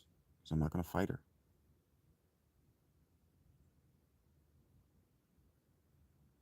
But if I sit around and wait on that, hey Amir, I'm just waiting. And so I just now you've got me hearing the Outlaw Torn by Metallica. Like, am I gonna wait? Am I gonna sit my around and wait my whole life? Just the Outlaw Torn, howling at a moon only I see. Well, she didn't do that. I'm just saying that's where it progresses to. Hi, Amir. I'm okay. I read some of my work this morning, so I'm emotionally raw. And Jackie wants to talk about she wants to talk about personal things. So I'm emotionally available right now.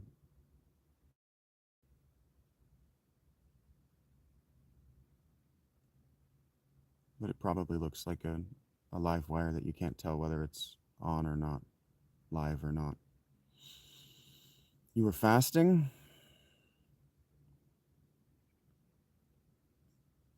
How was that for you?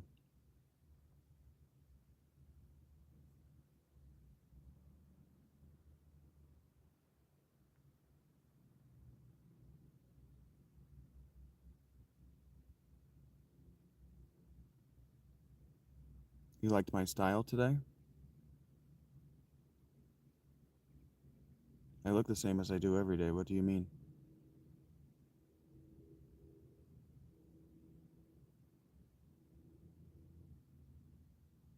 Oh, you like that I'm not yelling at anyone?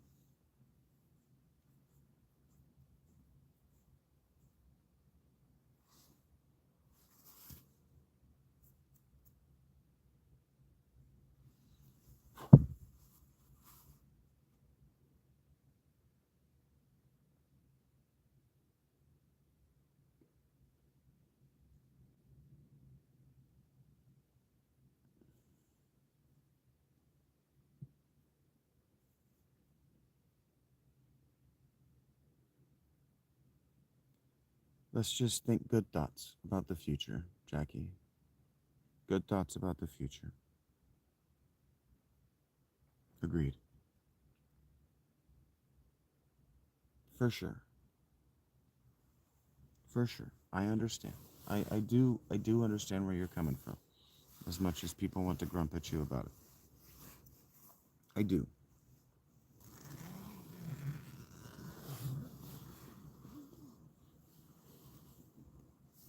I hear you. I'm not giving up on any kind of future. I'm just I'm not gonna take the money that I earn here and spend it on a token gift to a woman, because when you do that, you're saying our relationship is based on my ability to give you external things. Well, I don't know.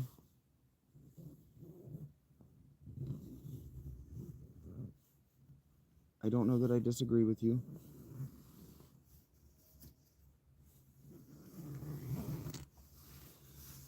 But I do know that for many people, that I am called to love lots of people and not just one person is a bridge that they can't cross with me.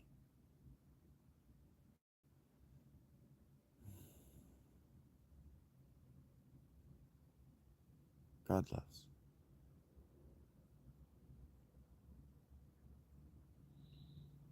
But God's love is different than I think. Well, God does love me. I know that. It's hard to think otherwise when you live in the circumstances that I do and you see the things that I see. And you experience the things that I experience. It's hard to think anything other than that I am treasured. But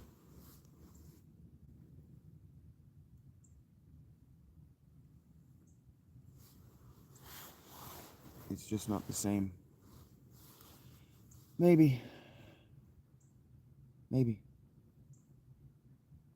Try not to think about it, Jackie. Really just try not to think about it.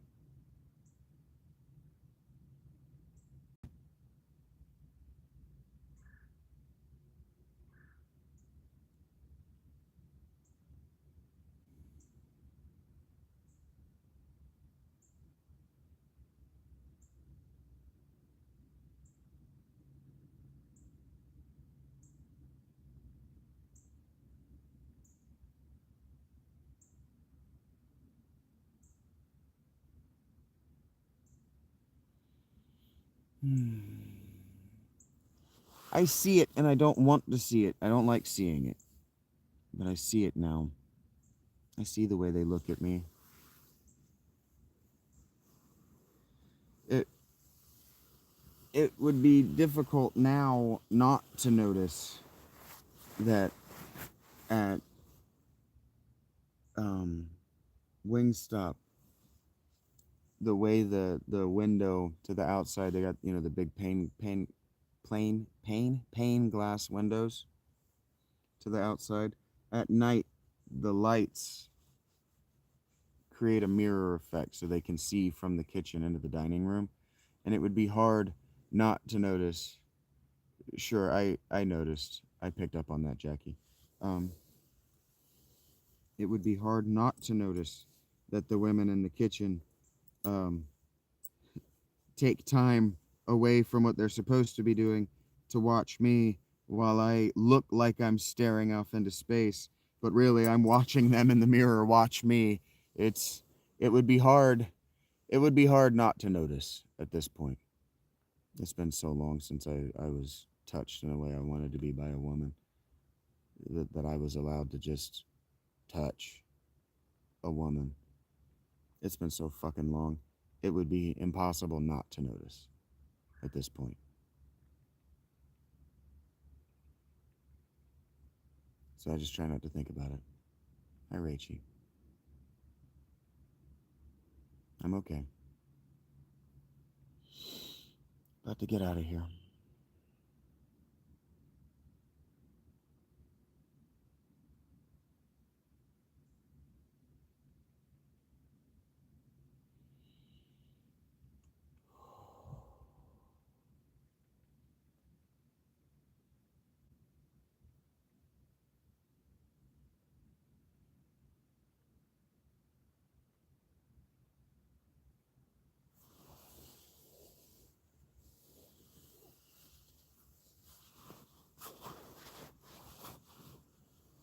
doing the best I can.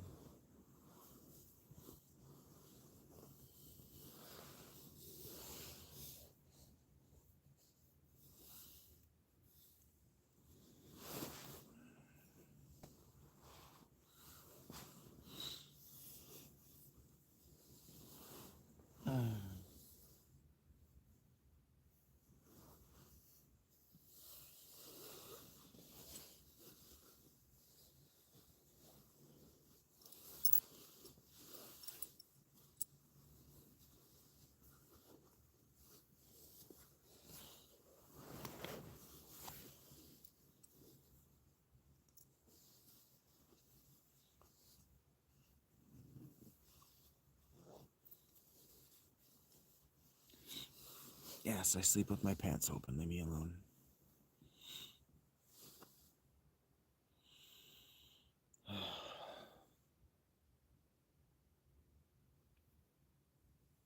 The first 15, 20, or 20 minutes of this video is the second scene of the first chapter of a work that I wrote as a younger man, very nearly 20 years ago. I began drafting it.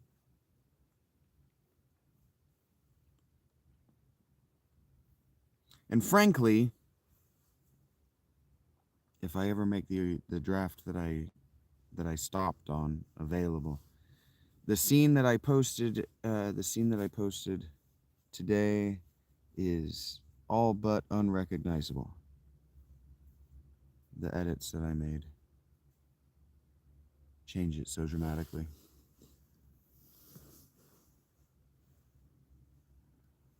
Well, thank you for doing so.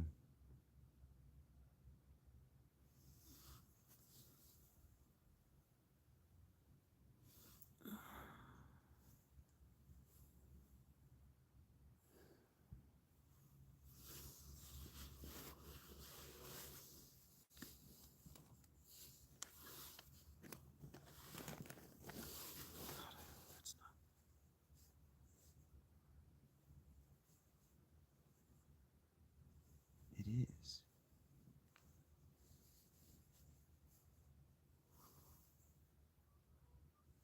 That's weird.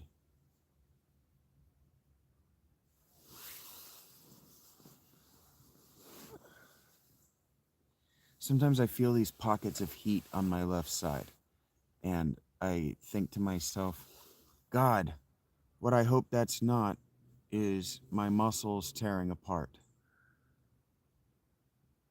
And what that sensation isn't is the low level heat of my muscles just discorporating as they tear apart. And that what it is instead is somehow heat has got trapped inside like a fold of my pants, and now that I've moved, that fold has pressed against my side.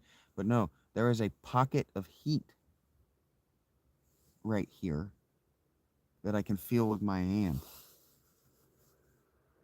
And it doesn't happen on my right side for reasons that I understand. It's just every time it happens, I don't reach down and touch it.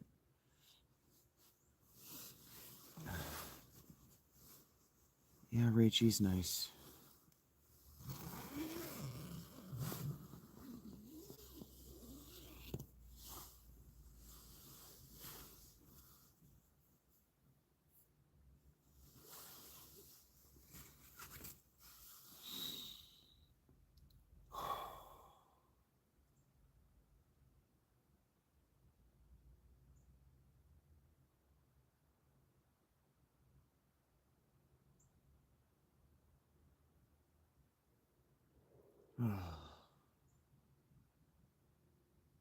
I do not want another fucking Italian sandwich. I just do not fucking want a sandwich from Panera today.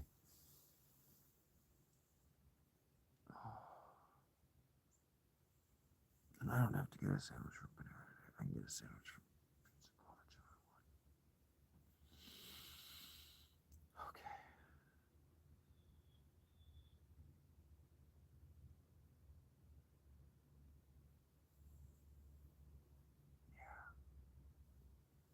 Okay. Yeah, I think Rach left.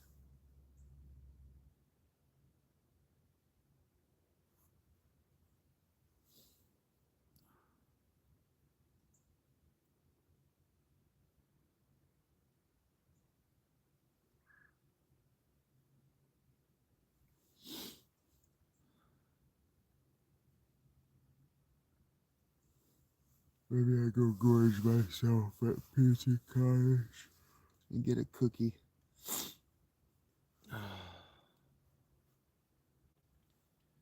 Yeah, she used to be.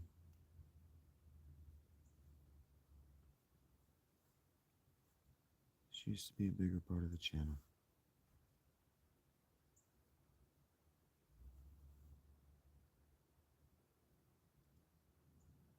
She used to be around all the time.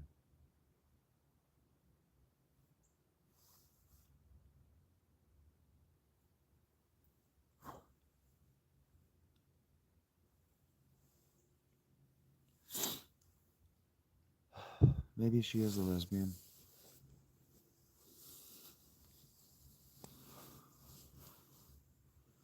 I think I would get along sexually better with a lesbian, actually.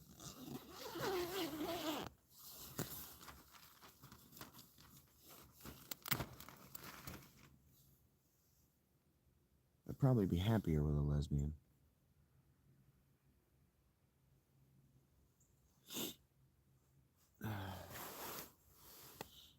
Why are you policing my channel, Amy?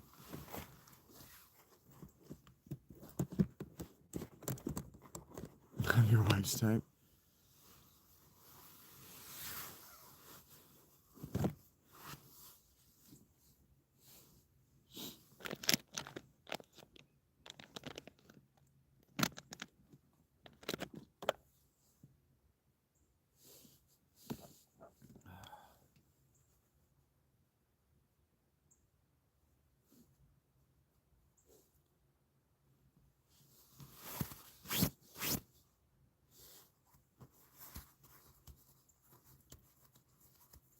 Okay.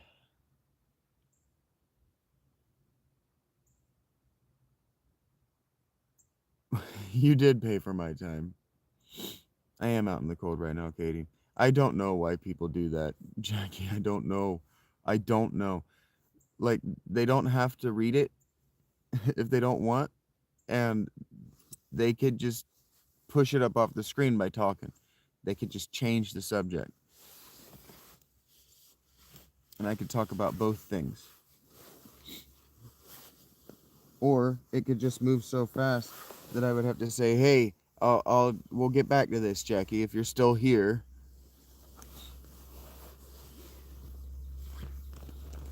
But absolutely, and I appreciate you saying that.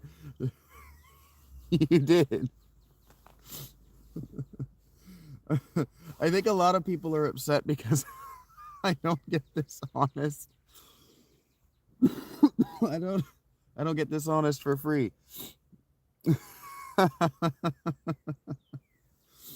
Well, right. Right. You haven't violated the terms of conduct. I've already said that my life isn't good stories and that I don't like to tell them. And you said, well, here's $10. Could you please continue to talk with me about this? that's that's straight up. People ask me all the time, how do you make a living? By doing that. So thank you. And yet, you don't need to tell her what to do. If you don't like it, just talk over her.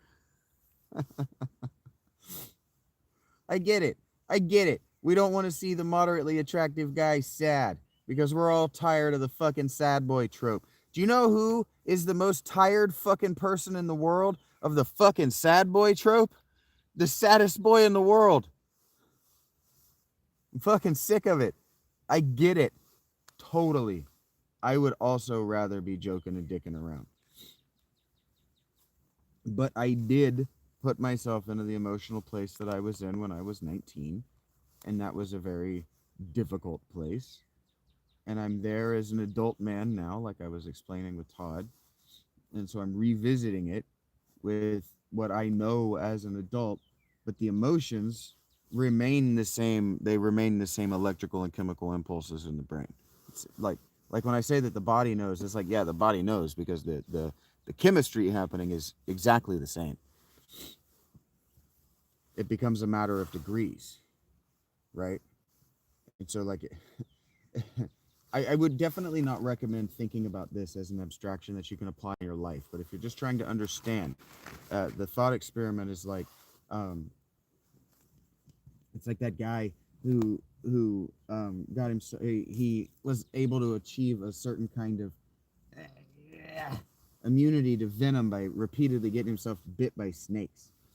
It's like I wouldn't say, I wouldn't say that there's a certain kind of immunity that you can get to women by getting bit by women.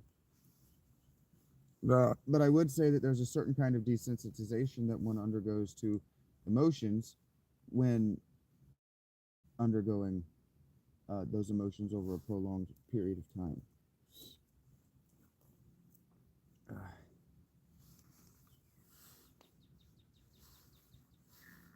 and so what I would say is that it's kind of like that.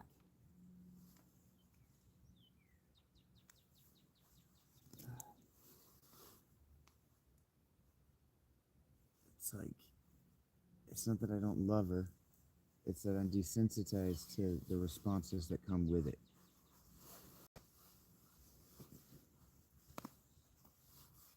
Sort of. Hey, what was that? Who did that thing? I wasn't looking at the screen. Hey, thank you, Katie. That's very cool of you.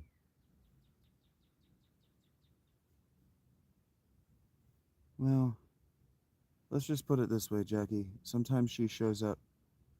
Uh, I am okay, Katie. Sometimes she shows up in my lives to ask me if I'm doing okay, and then she leaves. So I think that in her mind she is loving me. So, well, no, what we don't do is shake her or yell at her or chastise her or scold her or tell her what she needs to do.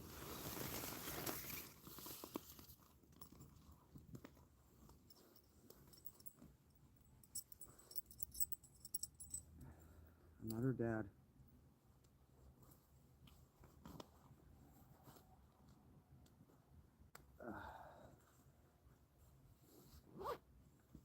Oh, okay.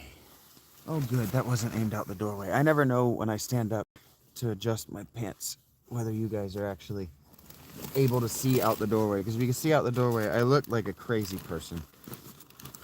I look like I'm. I genuinely, probably, if you could see out the door, look like I'm dangling dong. I never am. I always forget about it. I really appreciate that, Katie. Just stick around, all right? The people get upset with me because from month to month, week to week, my content changes. I'm trying to get into a routine, and my life keeps changing. But that's fine. Thank you. The memberships allow me to count on a sustainable income, and that sustainable income that I count on allows me to eat without guilt, and it allows me to plan on a future. So thank you. It means a lot. I know I'm not looking at the camera much, and so it might seem like I'm just going through a rote. Thank you. I'm not. I'm just cold. It's time to move. Yeah. Maybe she does. Maybe she does. And maybe that conflict between needing a strong masculine hand and wanting to be a strong independent female, the need and want conflict that are at the heart of every narrative, every human narrative. Maybe that's hers, and maybe, in as much as we love one another, she realized that she's not in a place where she's actually ready to resolve that conflict while her father is yet alive. And it's entirely possible. It's entirely possible. I don't know that she's unwilling to think of her father as unalive. So it's just a bridge we can't cross together.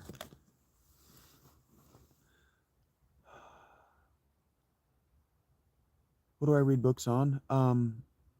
Well, I'm going to answer the question in a few ways because I'm not sure how you're asking me. When I read, just like I read for pleasure, I tend to read in Kindle. No, I don't. I tend to read in Amazon. Audible is what it's called. I tend to read on Audible. I tend to have it read to me because I'm fucking busy. Okay, and when I read out loud for the channel, I tend to read from Kindle.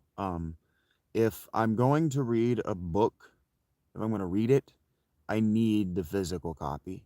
I have a few Kindle books that I keep talking myself out of sitting and reading.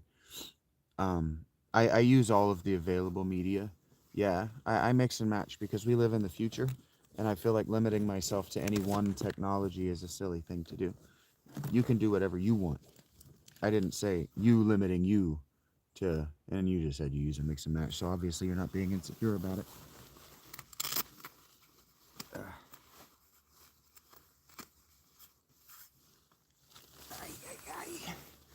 That's how I do it.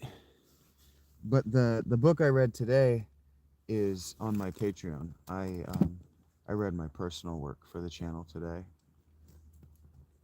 I haven't put it's 400 manuscript pages, and I haven't sat down to format it so that it'll go into Patreon. The original draft. I figured if I'm gonna sit down and I'm gonna line by line fucking make sure this formats, I may as well just edit it. So here we are. I'm editing it instead of formatting it.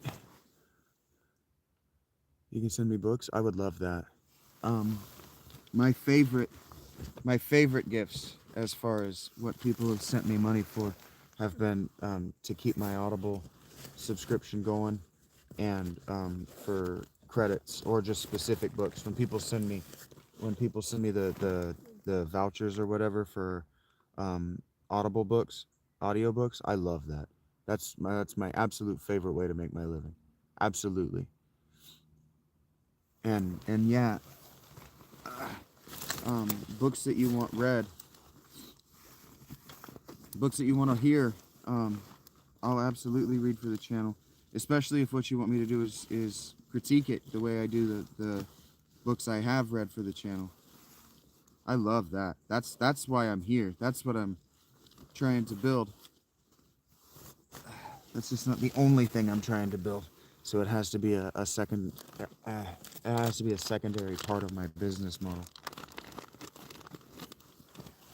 But that was the goal. I originally didn't want to monetize the channel. I wanted the channel to be separate from my monetizable work. I've always wanted that. Well, we've crossed that bridge. I don't want to leave right now, but I am leaving. Um, I'm gonna go down to Pizza Cottage, so you'll see me again in the next couple of hours. When you see me again, we'll be playing Final Fantasy VIII. Yeah, that would be very cool. I actually think my links for you to be able to do that are in my description. So that's something that I have pledged to do before, and that's something that I would absolutely enjoy figuring out a way to organize my time around. Sometimes Mr. S sends me video games to try for the channel to see how views do with them, and some of them are just for me to have personally. But yeah, um, I I tend to read a lot of nonfiction, so I read a lot of I read a lot of history. Um, anything of the greats, like the required reading for any kind of university. So like I have Dante, but Dante is an example. Just like the greats of history, I haven't read all of them. Yeah. Abelard and Eloise is a great read, and that's a read that I always recommend for the channel. The Letters of Abelard and Eloise is a great read. Yeah, yeah. Like I want to read. I haven't read. I need to read. Shit. Dickens, Charles Dickens. Um, yeah, and then anything that's older than 50 years. Legitimately anything that's older than 50 years I'll read on the channel because it's if it's outside of public domain. If it's not copyright, if it's outside public domain, I can read it for the channel. And so those are the things I'm looking for is people who actually want to sit through, a whole book because that's many hours of content. Thank you, Jackie. And then I can't, well, I can, but I don't want to Great Expectations is one that I read the abridged as a kid. Okay, yeah. And then again, anything that's in public domain, I can read for the channel. So even if I hate it, we can at least have a conversation in real time about why I hate it. You see what I'm saying? That's the goal. Because I don't like everything. I'm very crotchety and opinionated. But if I'm doing it as a teaching experience, oh my God, it's going up to 85. How far does it go? Yeah. And my voice is fucked right now, but my voice comes in and out of periods of being fucked. So I'm just gonna work through my voice being fucked. We're not gonna do the diva thing where oh, I can't do the thing today because my voice is fucked. I tried doing that. I tried this summer. I tried managing my voice coming in and out of fucked, and I couldn't maintain an audience. People would show up for the readings thinking it's gonna happen every day, and it's like, oh, my voice is fucked. I can't read. But if you want to talk about what we read last week, or you want to talk about, you know, what we've been reading, if you want to, and they're like, no, I just wanted to sit and passively listen. It's like, look, I do actually respect that. I totally get it, but I can't do it today. And so that seesaw, I just have to push through it. You know, like when you go and you see a band and they've got 5 dates booked in a row, the singer's gonna sound like shit on the 5th date, but you bought the ticket for that 5th date, sort of thing. Or at least you showed up to the venue, right? So we're just gonna do our best. That's also kind of why I spent yesterday grinding in Final Fantasy VIII instead of reading, because my voice is fucked. Yeah, we were trying to get so many. I appreciate you guys right now, because it's gonna sound like I've got this thing moving a few times and then had to start over a few times, and it's because I have, and I don't know how to tell the story without making it sound like that, because I read a lot of post-apocalyptic literature, and so maybe I frame my life as a series of fucking apocalypses that I've had to survive, and I'm okay with that. I don't see myself as a poor me kind of person. I don't hear myself saying, oh, my life is particularly bad. Maybe I am. I don't think I am. I don't hear it. But I am, that's what the Discord, legitimately, what I want the Discord to be, is for you guys to have those kind of discussions. Like, we had a book club, and I was hoping, and I should have put my foot down because it was my fucking Discord, but I was hoping that the work they were going to suggest that they read as a group was mine and talk about it, because I didn't want to participate, because oh my God, Jackie, because I'm live so much of my life. I didn't want to participate. I'm commenting for so many hours of my life. I just wanted to sit back and watch other people do it. This is my favorite part of my day. Tracking the movements of my neighbors through the night. Lucas didn't come and bother me last night, but a rabbit did.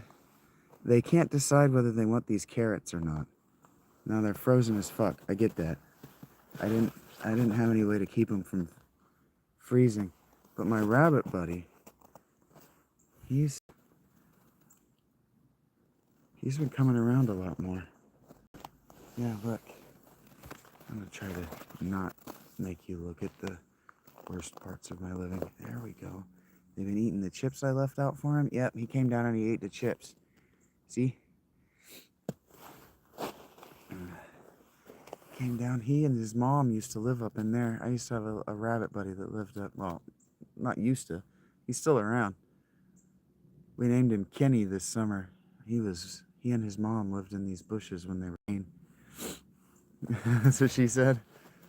But yeah, this is my favorite part of the day, is seeing the tracks change. It's cool that the snow is frozen dense enough that they barely impress upon it. Okay.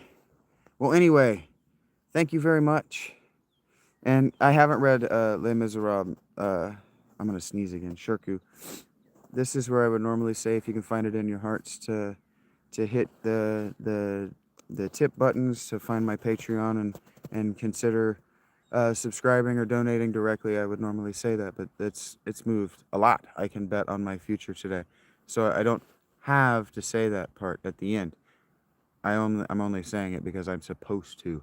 And there are people who negatively criticize me if I don't, like I'm just walking away with the money. I'm not. I'll be back. I'm going to go get lunch. I'm going to have a hamburger because I haven't had any red meat in a couple of weeks, and I think my body is starting to act like it. So you take care of yourselves until I see you again. Anticipate me doing this in the mornings, especially as it starts to warm up. Anticipate me getting back to waking up and turning on the live. Anticipate me reading the previous day's editing, and anticipate that I should be able, there's no reason I should not be able to maintain this schedule. So anticipate it. If I miss it, climb up my ass in the comments or on Discord about it. Really. I need that. What's it called? Not feedback. Accountability. I need and want that accountability from my audience. So if I'm letting you down, you gotta let me know how.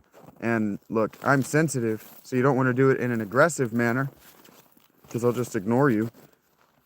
But if you're doing the super chat, super likes, if you're subscribed, I'm more patient. Let's put it that way. But I need that. I need the accountability. Thank you, guys. You didn't make me uncomfortable. You didn't make me uncomfortable. It's just it's a conversation that required delicacy. And I knew that I had a lot of males around, and that males don't like it when you talk delicately about women, because they got a woman in their life that they don't want to think delicately about. So thank you. Thank you so very much. It's been great talking with you, Jackie. It's been great talking with all of you. Be well. And welcome to the Shagonauts. Katie, I hope to get to watch that star turn all different kinds of colors over the next few months and years. All y'all be well, all right? I'm out.